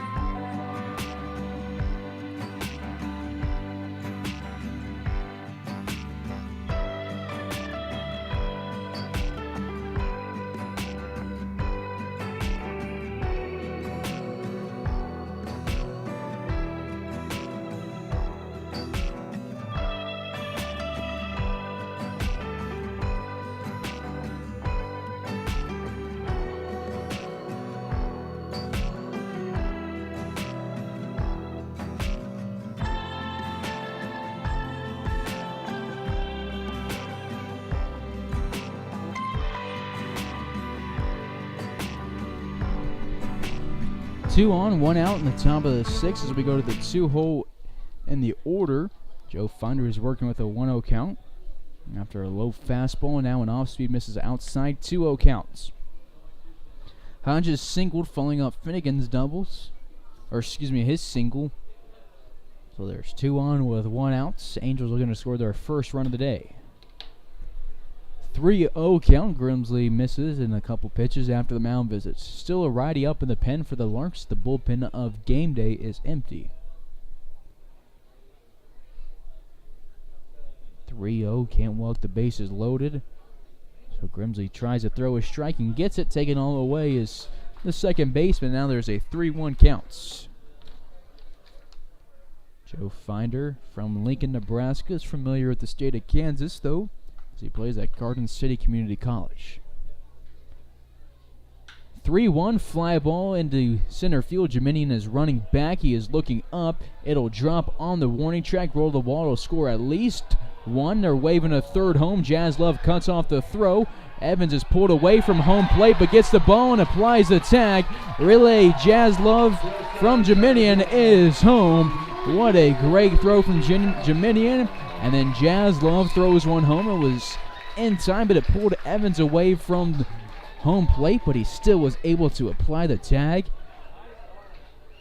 Gets the Larks their second out of the inning after Finder doubles. Finder doubles. Hodges is thrown out. Finnegan's courtesy runner scores.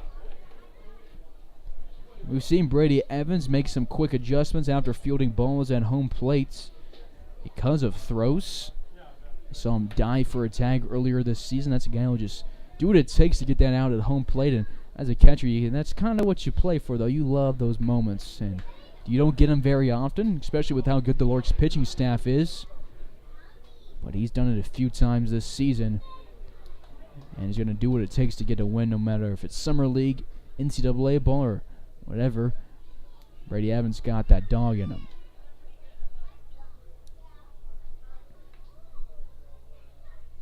Two balls, no strikes here to Drew Stackett, who's 0 for 2 today with a strikeout and a pop-outs. Grimsley, after retiring the first 4 he faced, has allowed 3 straight hits.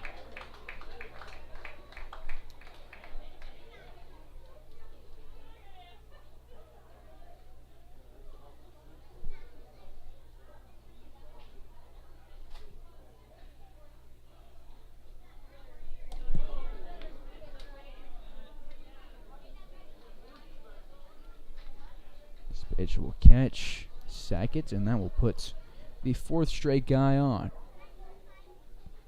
The designated hitter, number 2, Nathan Vermos.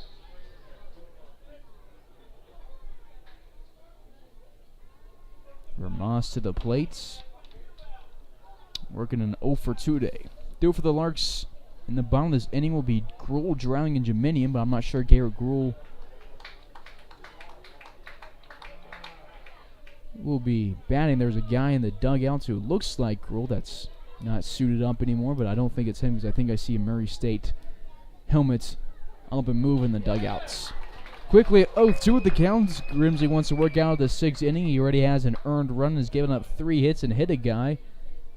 Look to get out the DH, Vermos, who struck out and grounded out against Sam Hendon. It's his first look at Grimsley. He's the only guy in the order to not see Grimsley through here 1 2/3.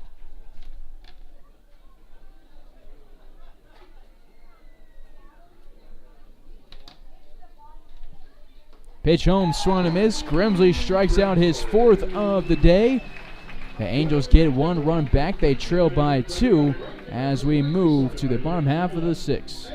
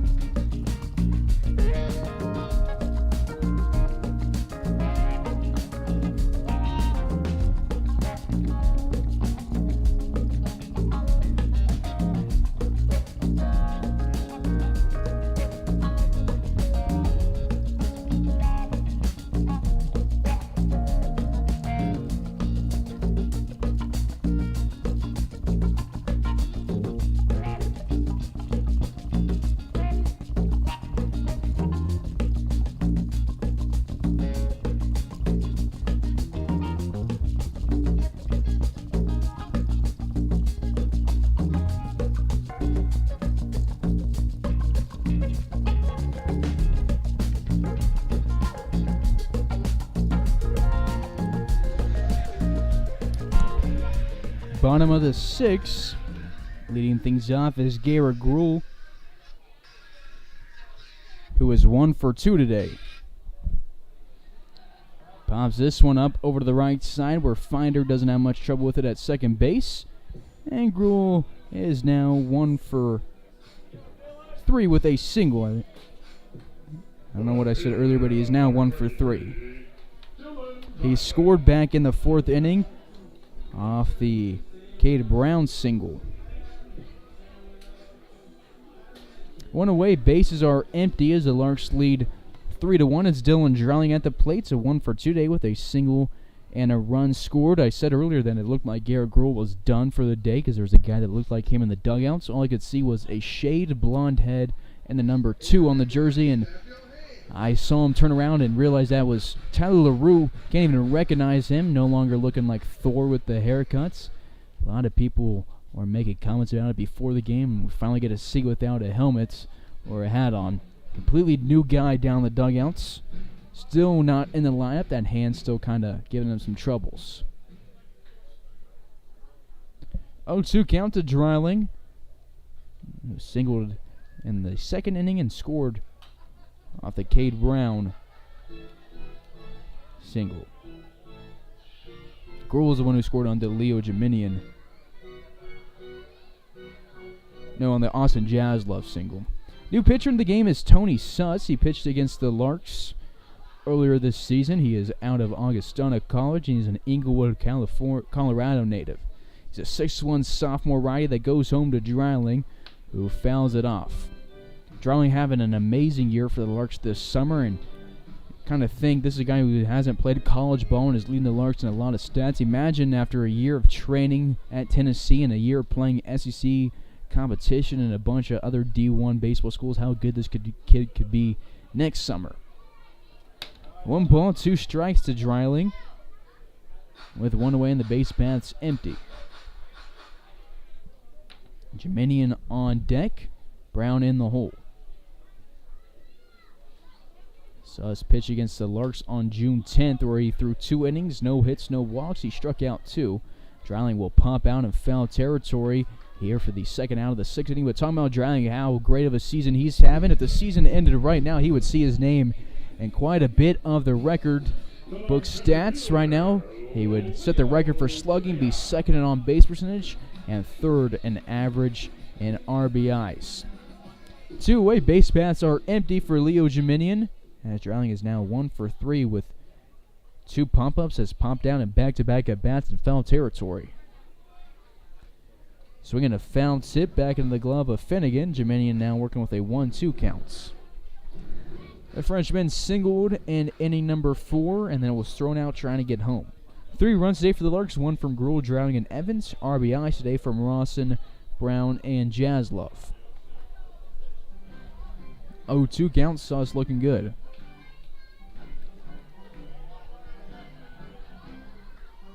Tony Suss on the bump. No decisions on the bump. Just like the guy who started Ingles, who was 0-0. Suss has appeared in 10 games, all in relief. Ingles, all 8 of his appearances were starts. 11 1/3 innings pitched, 5 hits, an earned run, 3 walks, and now 13 strikeouts as he gets Leo Jeminian to go down here to end the 6th inning. It's a 1-2-3 inning for Tony Suss. To the 7th we go. Larks still up by a couple. The Angels with the momentum after scoring a run in the top half.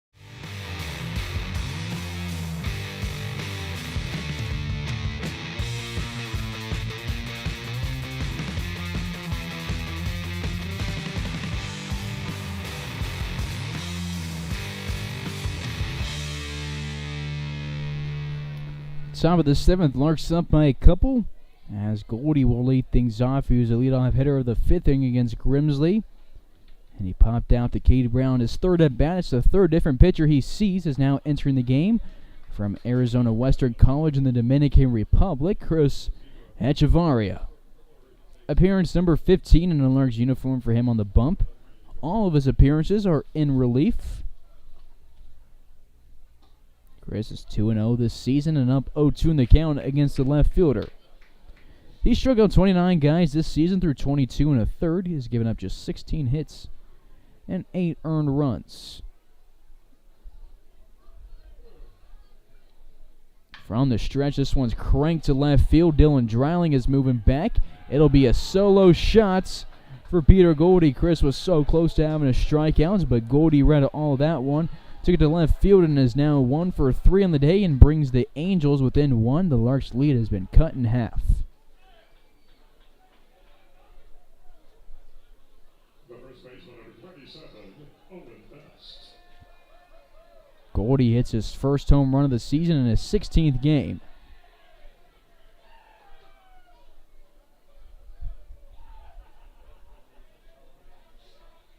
Nobody outs, as the 2 runs of the day have come in the past 2 innings for the Angels.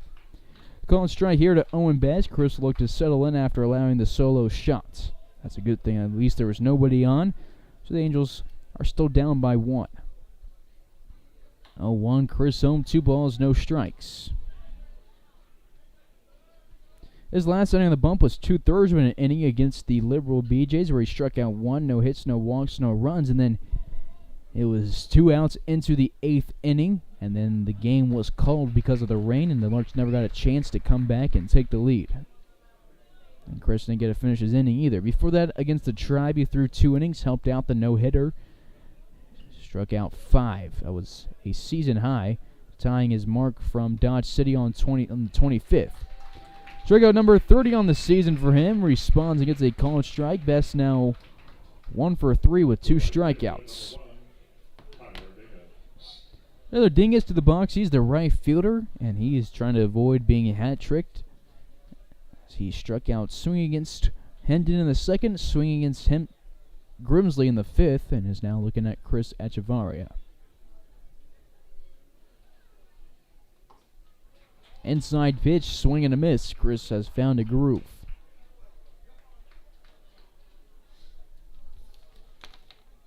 Do it for the Larks in the bottom of this inning. 7, 8, and 9 hitters, bottom 3 of the order. Brown, Jaslov, and Evans. Still a very talented 3, though. 1-1 count as the off-speed breaks outside. Defense still the same here for the Larks. The 7th inning from left to right in the outfield. Dreiling, Gemini, and Tarosian. Hutch in the hot corner. Across from him is Cade Brown at first base. Middle of the infield features Jaslov at shortstop and Rawson at second. Brady Evans is behind the plates. Inside pitch makes it a 2-1 count. Chris will work from the stretch, has the bases empty and 1 away with a run lead. This ground ball made him think about coming off the mound, and he realized it was going backwards, so we go 2-2 with the counts. 5 hits today for the Angels, 4 of them in the past 2 innings, where they picked up both their runs. Today, 5 hits, no walks, 1 run, 2 runs actually, and they've left 2 on the base paths.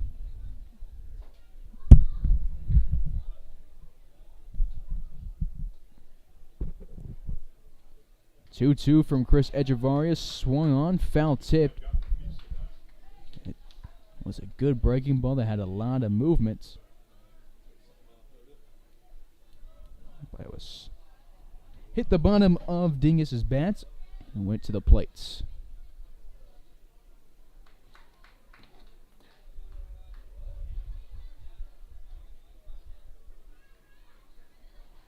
A fastball with some heat on it gets sent to right field. Tarosian is chasing it, but it drops off the foul wall.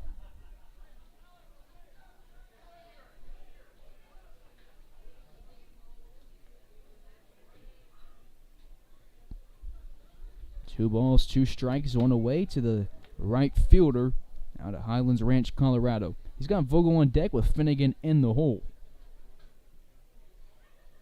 Larks pitching staff has struck out 8 today, 4 from Hendon, 3 from Grimsley, now 1 from Chris Echevarria. 2-2 pitch home, inside, swung on a miss, drop third strike. Evans applies the tag, back-to-back strikeouts, swinging for, or not swinging, but back-to-back strikeouts. And now Dingus has been hat-tricked. 3 strikeouts swing on the day, 1 against each pitcher.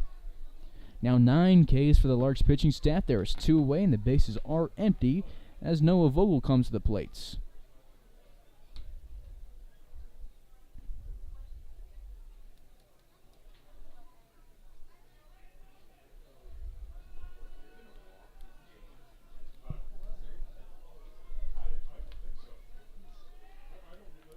Two-way bases are empty.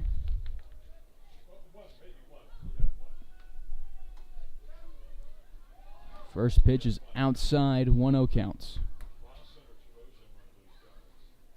1-0 count, 2 away, bases are empty. As Vogel is looking for his first of the day. He is the lone walk of the day. He walked and was thrown out in the 3rd inning. He struck out in the 6th inning.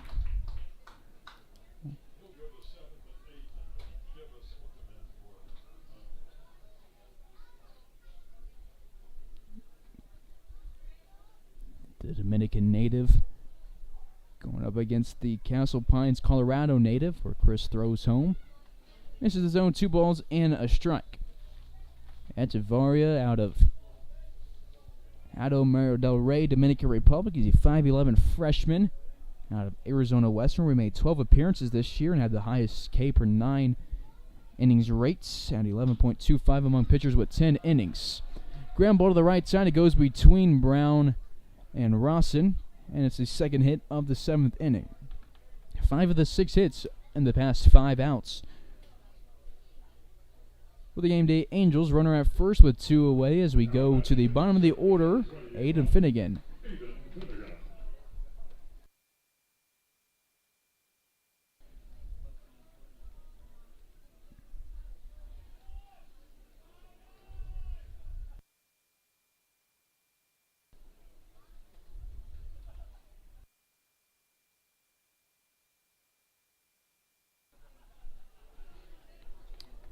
Finnegan on the day, 1 for 2 with a single and a run scored.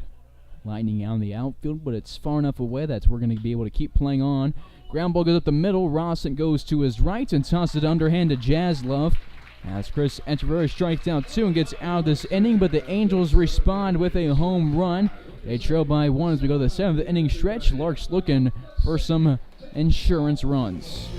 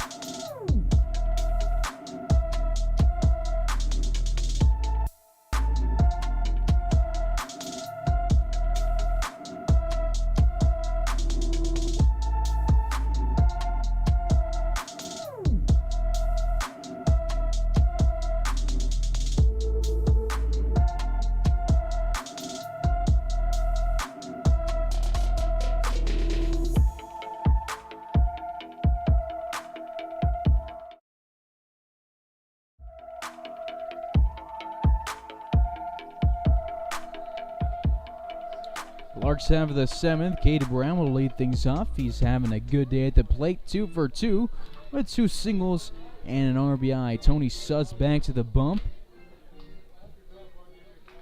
It's the righty out of Augustana. He's an Inglewood native going up against the Oklahoma Sooner.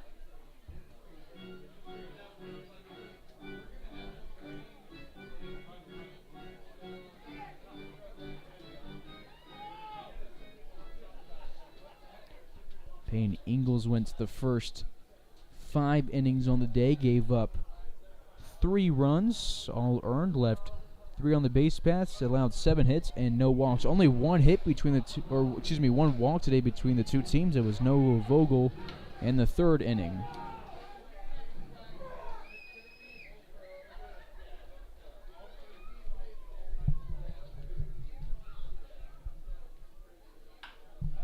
That one is well struck to left field, and it'll be gone. Each team with a home run in the 7th inning. Cade Brown cranks his 6th of the season, his 7th as a Lark. RBI number 2 of the day, run score number 19 on the season. He has 2 home runs against the Foxes and a home run against the Tribe and the Collegians. Now his 2nd home run against the Saints of the season. That is a 2 for 3 effort back on June 10th where he had a home run and now gets his 2nd 2-home run game of the season. Against the Saints now today, 3 for 3. And in his career against them, 9 of 16 with 5 RBIs, 5 runs scored, 2 home runs, 3 doubles, and a hit by pitch. Big home run from CB to get the 7th inning going. The Larks double their lead. It is now 4-2 Hayes.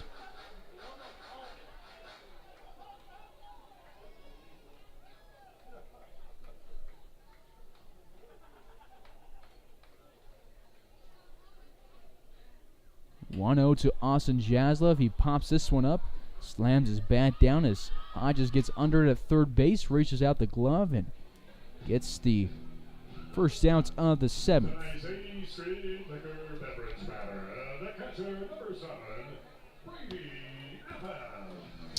That home run from Cade Brown broke a streak of 5 straight retired. Suss worked a 1-2-3-6, getting 2 pump-ups and a strikeout. The first hit he's allowed against the Larks this season. Brady Evans to the plate. He's working a 1 for 2 day with a double. He doubled to lead off the 3rd, then Tanner Rice ran for him and scored on the Hunter Rawson groundouts. Opposite field fly ball. It'll be plenty out of play as it drops past the bullpen.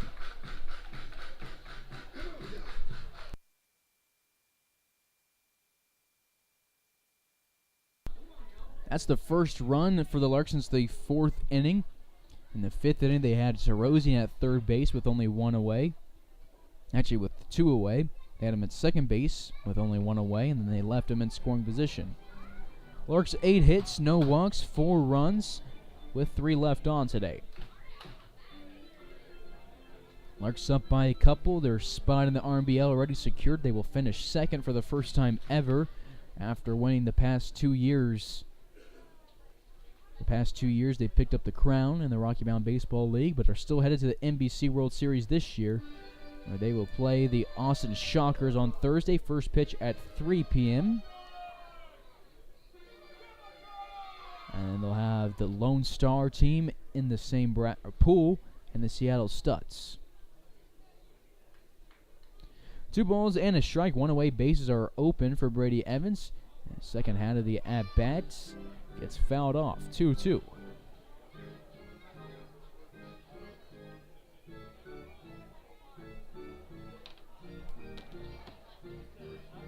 It's Rosian on deck. Rawson in the hole for Hayes.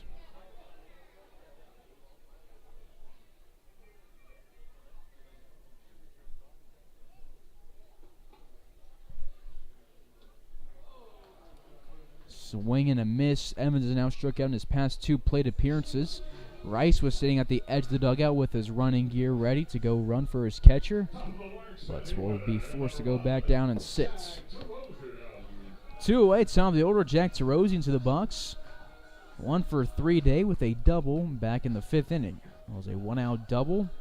Hit the top of the Worth ad between the 322 marker in the left corner and the 349 marker in left center. So close to a home run.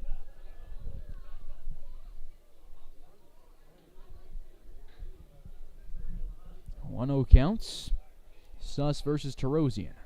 Do it for the Angels down to their final 6 outs, down by 2 in the 8th inning. Hodges, Finder, and Sackett. So going into this inning, the Larks were looking for an insurance run, and they get one. That'll be big. A 2-run lead, much better than a 1-run lead. Still giving away dollar bills for foul balls when you bring them back to the Larks nest, courtesy of the Hayes Police Department.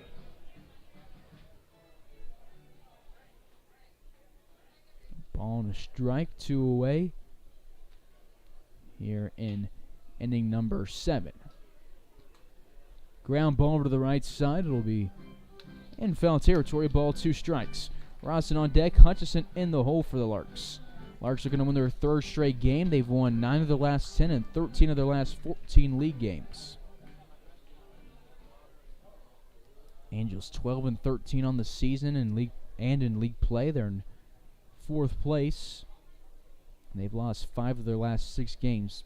Snapped their 5-game losing streak in their last game. Terosian on the 1-2 goes down swinging. It's his 2nd strikeout of the day. As Suss has now struck out back-to-back guys to end the 7th inning, but the Larks get a run off the Cade Brown solo shot to left field. They lead by 2 as we go to the final 2 innings of play.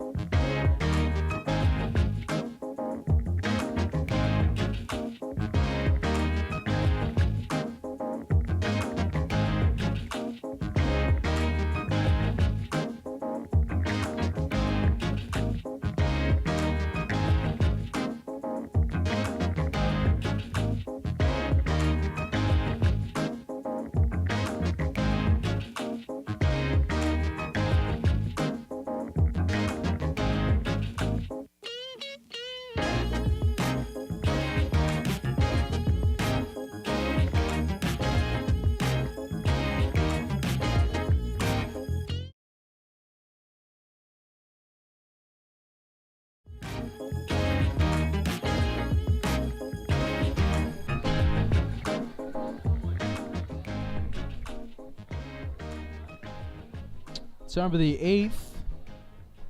After the Larks got a hit and a run in the last inning.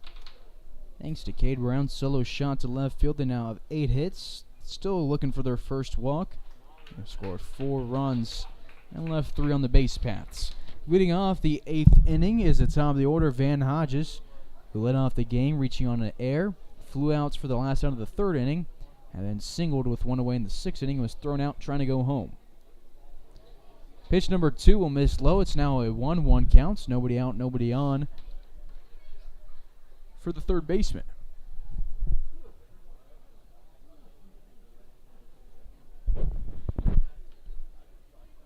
One from Evans from Echevarria outside as Evans caught it outside.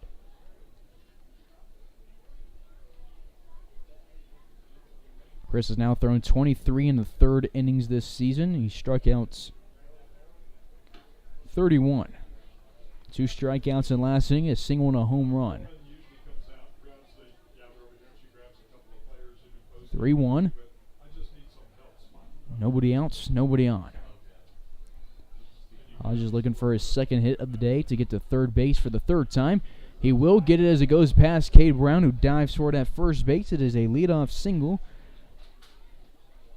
as Cross has now allowed 3 hits through 1 statistical inning of pitching. To the 2 home we go, Joe Finder, who is 1 for 3 today with a double and an RBI. He grounded into that 4-6-3 double play in the first inning and struck out in inning number 4. Tomorrow is the last game of the season for the Larks before they go to the NBC World Series, which I don't imagine will be streaming. So tomorrow, the last game of the summer, presumably on Larks Network. So be sure to tune in. First pitch will be at 7 p.m. Central Time tomorrow. Check over at first. Sliding in safely is Hodges.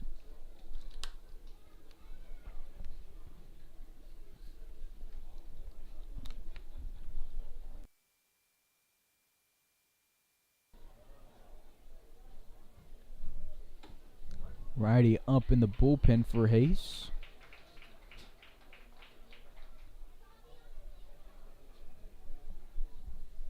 Angels have a guy up, but he's not throwing.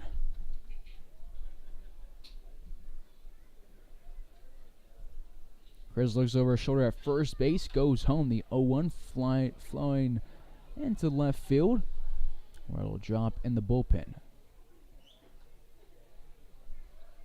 0-2 count here to Finder. Sackett on deck for Moss in the hole. Angels with 7 hits, 1 walk, 2 runs, and 2 left on. Chris looks home, gets the signs from Brady Evans, who sets up outside. Pitch is inside, swung on and missed on the 0-2, and Finder nearly takes out his teammates as it goes into the dugouts.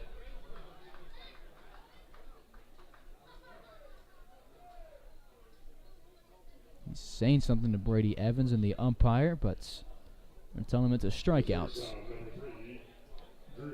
Strikeout number 3 today for Chris Echevarria. Not sure what was the dialogue was down thereabouts, but the Larks hit their first defensive out of the 8th inning. There's a runner on as we go to Drew Sackett, the shortstop, who was 0 for 2 today. He was hit by a pitch in the 6th inning and left at first base. Struck out against Sam Hendon and popped out to Hunter Ross in his other 2 plate appearances. Check over at first, sliding back in safely as Hodges.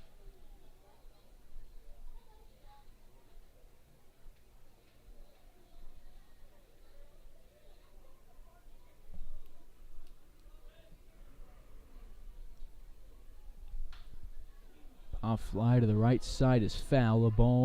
No balls, and a strike, 1 away. Sackett is the shortstop out of North Dakota State University. He's a Fruita, Colorado native. 1-2, Bison on the roster. The other one is Nathan Vermas, who's on the on-deck circle as the DH.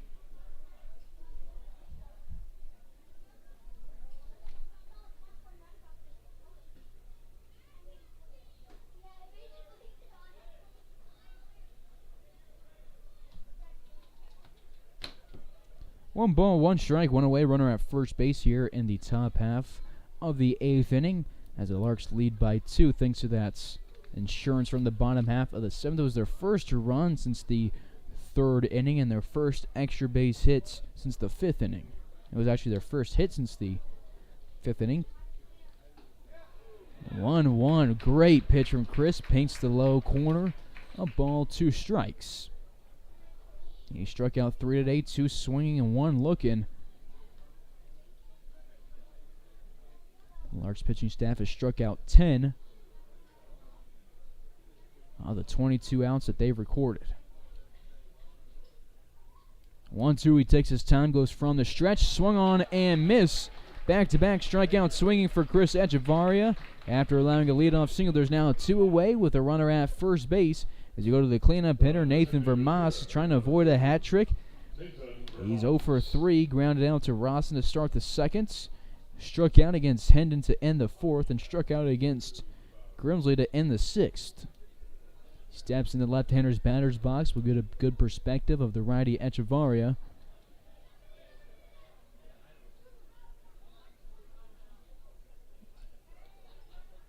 Chris settles his hands down, throws home. Outside part of the plate, call strike one. He's painting the outside part of the plate. He struggled with his delivery a lot this season, but he finds that when he takes stuff off the pitches and doesn't throw them as hard or without as much break, that they become more accurate. Check over at first, not in time.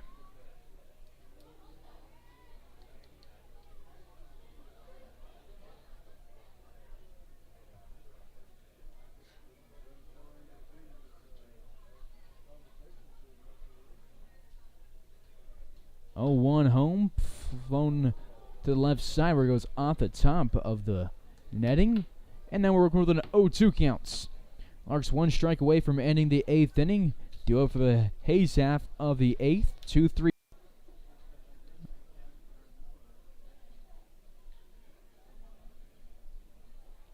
Runner takes off as we will get a balk called on Chris Echevarria or something. They're sending the runner back to first, but now they're sending him to second. So we will get a balk as the runner moves into scoring position. And Hunter Fitzpatrick gets some flack from the Larks fans. Host family night at the park, so a lot of red shirts, as every host parents and sibling was given a shirt before the game. You saw the ceremony before the game on the stream, and as well as the way we had our 3-year Larks ceremony. Always a cool day at the park to see the people who make Larks baseball possible. 0-2 count. Echevarria looks at the runner at second. Goes home from the stretch. It's a fastball that goes between Brady Evans, who was standing up to catch it. And it allows the runner to move to third. 1 ball, 2 strikes to the DH, who is 0 for 3. 1 more out to send us to the bottom half of the second, where 2 through 4 will be up. Rawson, Hutchison, and Gruhl.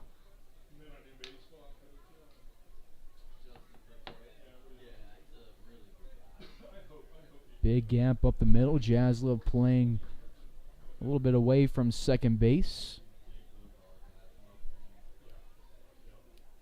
And the 1-2 is home. It is lined past Palmer Hutchison, and it goes into left field.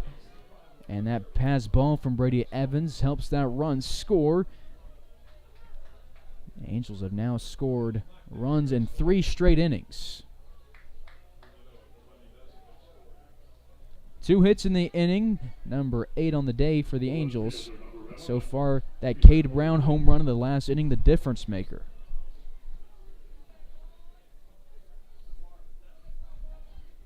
Larks looking to win their second game against the Angels this season, and their fifth in the past 2 years.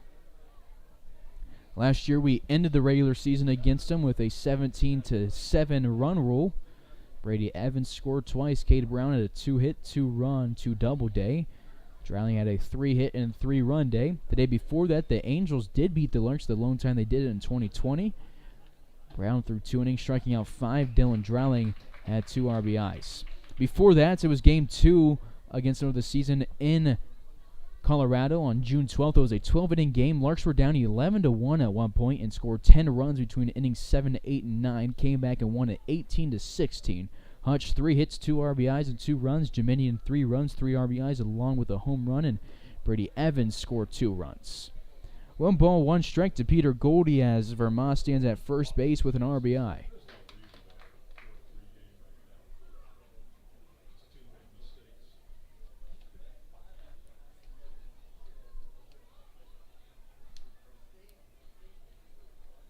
Chris throws home, fastball inside.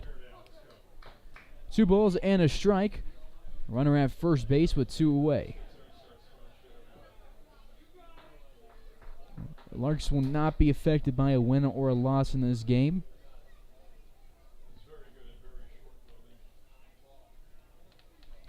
Time is called. Here, something was down the third base line.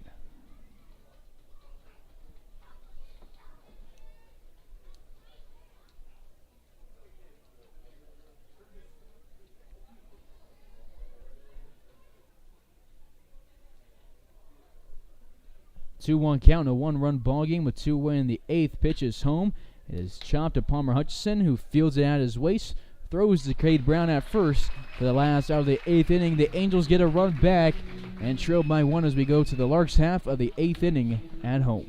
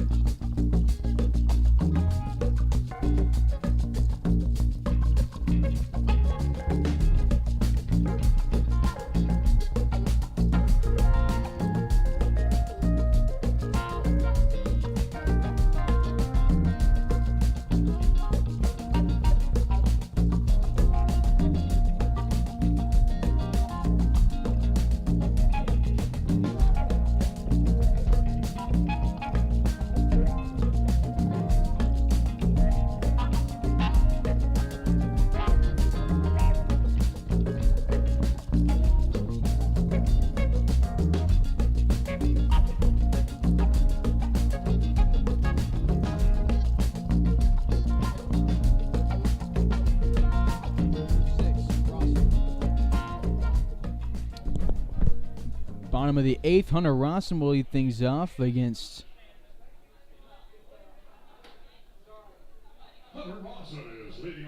the left-hander. New pitcher into the game is number 17, Nate Dingus, out of Denison. He's a Denver, Colorado native. There's a Dingus in right field. Tyler has this. We'll miss outside. 2 balls, no strikes. Thus finishes his day. 2 innings pitched. 1 hit. It was a solo shot from Brown. No walks, no runners left on. Larks looking for an insurance run here. It'll be big as the Angels have scored a run in each of the past 3 innings. Ross at the day 0 for 3 with a ground out, a strikeout, and a flyout. 2-1, a curveball that goes out the inside of his bats, and it's a 2-2 count.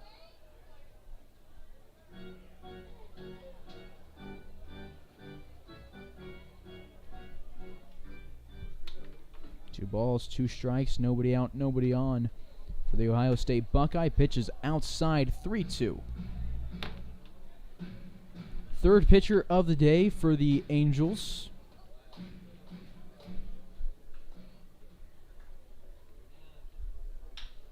And Dingus in his 8th inning of the season sees a line drive right at his head. Hunter Rawson hits his first hit of the day. He's at first base to lead off the 8th frame for the Larks. Rawson now on a 7-game hitting streak. That is the second longest active one behind Dylan Drowling's 19-game hitting streak, and he's tied with Tyler LaRue's 7-game hitting streak. Palmer Hutchison at the plate. Hit his first career home run as a Lark against the Angels back on July 17th. Of 2020, and then The next day hit his second career home run against the Colorado Springs Outlaws in a 1-for-5 day. That home run was against a fellow Hayes native, Tate Garcia, who was playing for the Saints at the time. Saints were then called the Saints. Now they're the Angels. This is the first year as the Angels. Hutch at the plate today, 0 for 3 with a couple of strikeouts and a flyout. He'll look to do like Hunter Rawson did in the 8th inning and changes 0 for 3 day into a 1 for 4 day. He has a 2-0 count, sends this one sky high into left center field. Everybody moves back, and reaching at the wall is Vogel. His hand was right in front of the wall, and Palmer Hutchison will not get his third career home run against the Angels here. That is the second time he's flown out to Vogel in a deep part of the ballpark. It was right center in the first inning, now left center in the 8th. One away for Garrett Gruhl. The man they called Goose is 1 for 3 today with a single and a run scored. Hunter Rawson still standing at first base.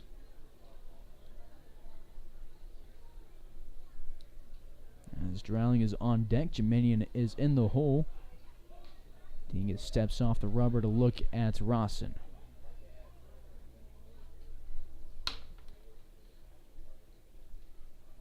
Dingus without a decision this season according to the Angels game changer. He is thrown to 8 1/3, all in relief. Giving up 6 hits now, 6 earned runs, 7 walks, and he struck out 6. Came into this outing with a 6.48 ERA and a 1.44 whip. Garrett Gruhl takes this one to center field. It goes for a ride, but Vogel was able to reel it in. 2 well-struck balls that might be home runs in Colorado, but here at Hayes, that is 2 flyouts. Dylan Dreiling to the plate with the runner at first base and 2 away. Wyatt Divis up and moving the pin for the Larks. Yeah, you heard that right if you're a Larks fan of the past few years. Former 4-year Lark Wyatt Divis joined the roster for these 2 regular season games to end the season and is going to the NBC World Series with us. And the Larks will also pick up Ben McLaughlin as we go to the NBC World Series. Ben was originally supposed to be on the roster for the Larks and then didn't recover right from his surgery and as quickly as he wanted to, so we needed another guy and went with Garrett Gruhl. And Garrett Gruhl took his number 20 and has had a great year at the plate, but now they'll be teammates as we move to the NBC World Series.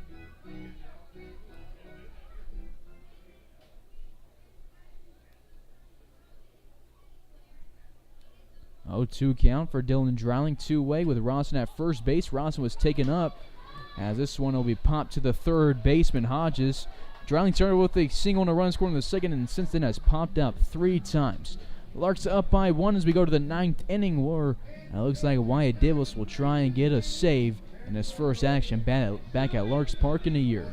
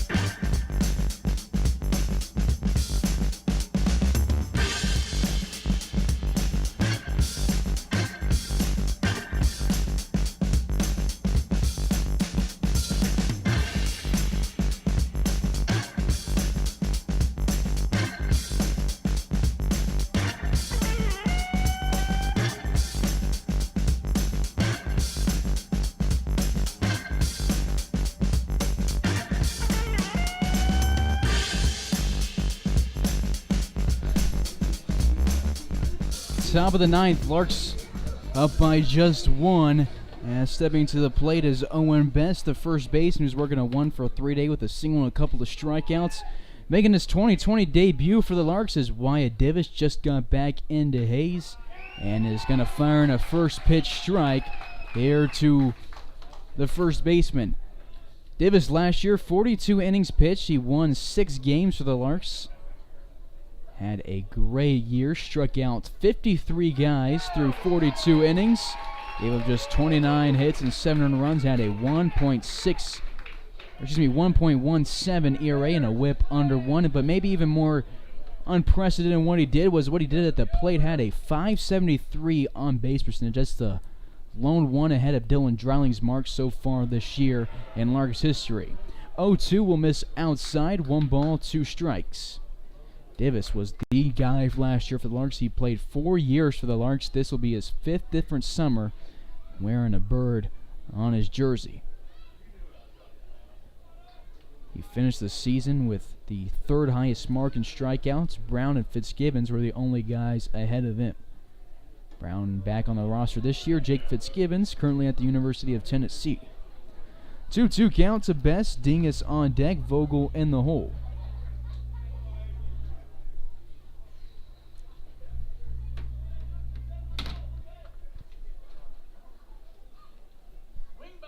Two ground ball to the Larks dugouts.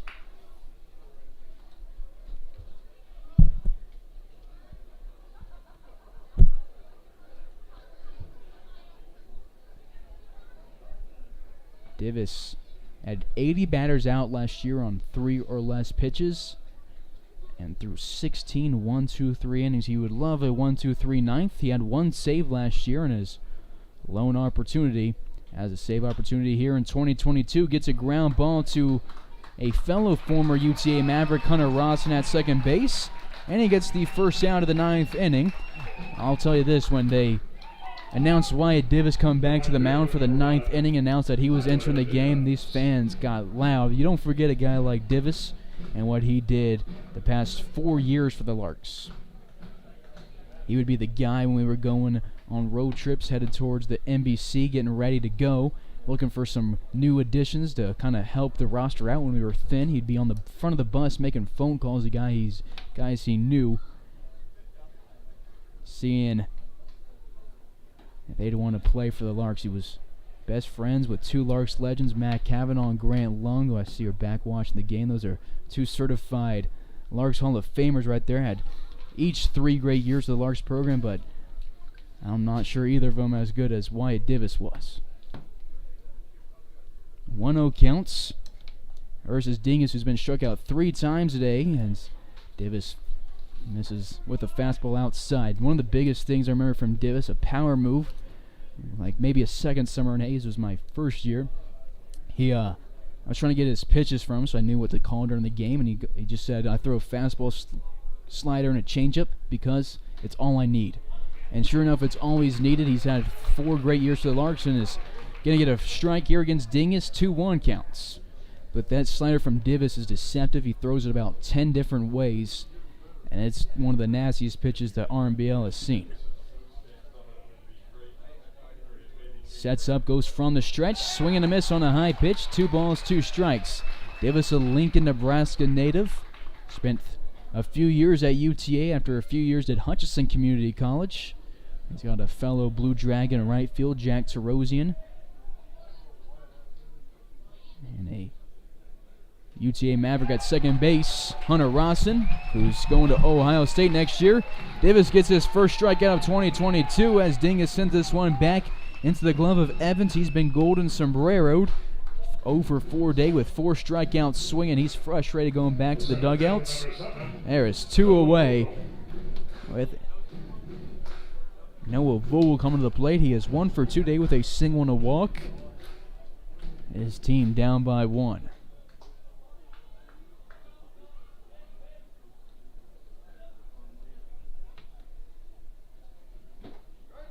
First pitch slider in the zone, called strike. Divis, the 4th pitcher of the day for Hayes. Hendon threw 4, striking out 4, no runs. Grimsley 2 innings, 3 strikeouts, 1 earned run. Chris Echevarria, 2 innings, 2 earned runs, 4 strikeouts. Call strike. Divis paints the outside corner. 0-2 count. I don't know if you can hear the crowd on the mic, but they're fired up here. Larks looking to win their 3rd straight game and advance to 33-8 on the season. Get some momentum before the RMBL. They pick up the veteran, who is close to getting his 2nd save of the past 2 seasons. Wilson gets a sign from Brady Evans, who was his teammate last year for the Larks. And the 0-2 is home. Fastball just misses outside. The Larks were ready to come in and celebrate, as it just missed outside. A ball, 2 strikes, 2 away. Bases are empty.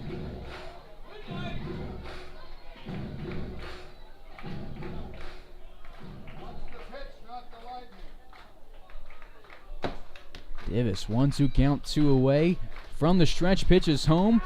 This one will be in the zone. He goes to the outside part of the plate as Evans tosses the ball to his teammate. That's one I think he wants them to keep, as Divis gets the save and helps the Larks get to win number 33 of the season. RBIs today from Rawson, Brown, and Jaslove. Runs scored from Gruel, Dreiling, and Evans. Brown with a solo shot in the 7th inning for an RBI. He has a 3-for-3 day as the Larks beat the Angels 4-3 at Larks Park. Winning pitcher is Kobe Grimsley for the Larks. That is his 3rd win of the season. He's 3-1. Hendon finishes one inning short of qualifying. Angels fall to 12-14 in the season. They have lost 6 of their last 7. Larks on a 3-game winning streak and have won 14 of the last 15 league games. They are now 23-4 on the year in league play. Last game of the regular season tomorrow as we take on the Angels. First pitch at 7 p.m. Central Time. Be sure to check out the game, as I think it's going to be our last game of the season on Larks Network. So Larks will look to finish the year strong and get some momentum as they go to the NBC World Series. They'll start the NBC World Series against Austin. First pitch at 3 p.m. on Thursday. And then see the Lone Star team and the Seattle Studs. Larks win it today, 4-3 against the Angels. Game 2 tomorrow. Be sure to come out to the ballpark. We'll watch it right here on Larks Network. So we will see you tomorrow night. Larks win by 1 today. This has been Carson Ackerman on the call. Thank you for tuning in. Have a good night. And again, we'll see you tomorrow. Last one, we're going to end on a good note.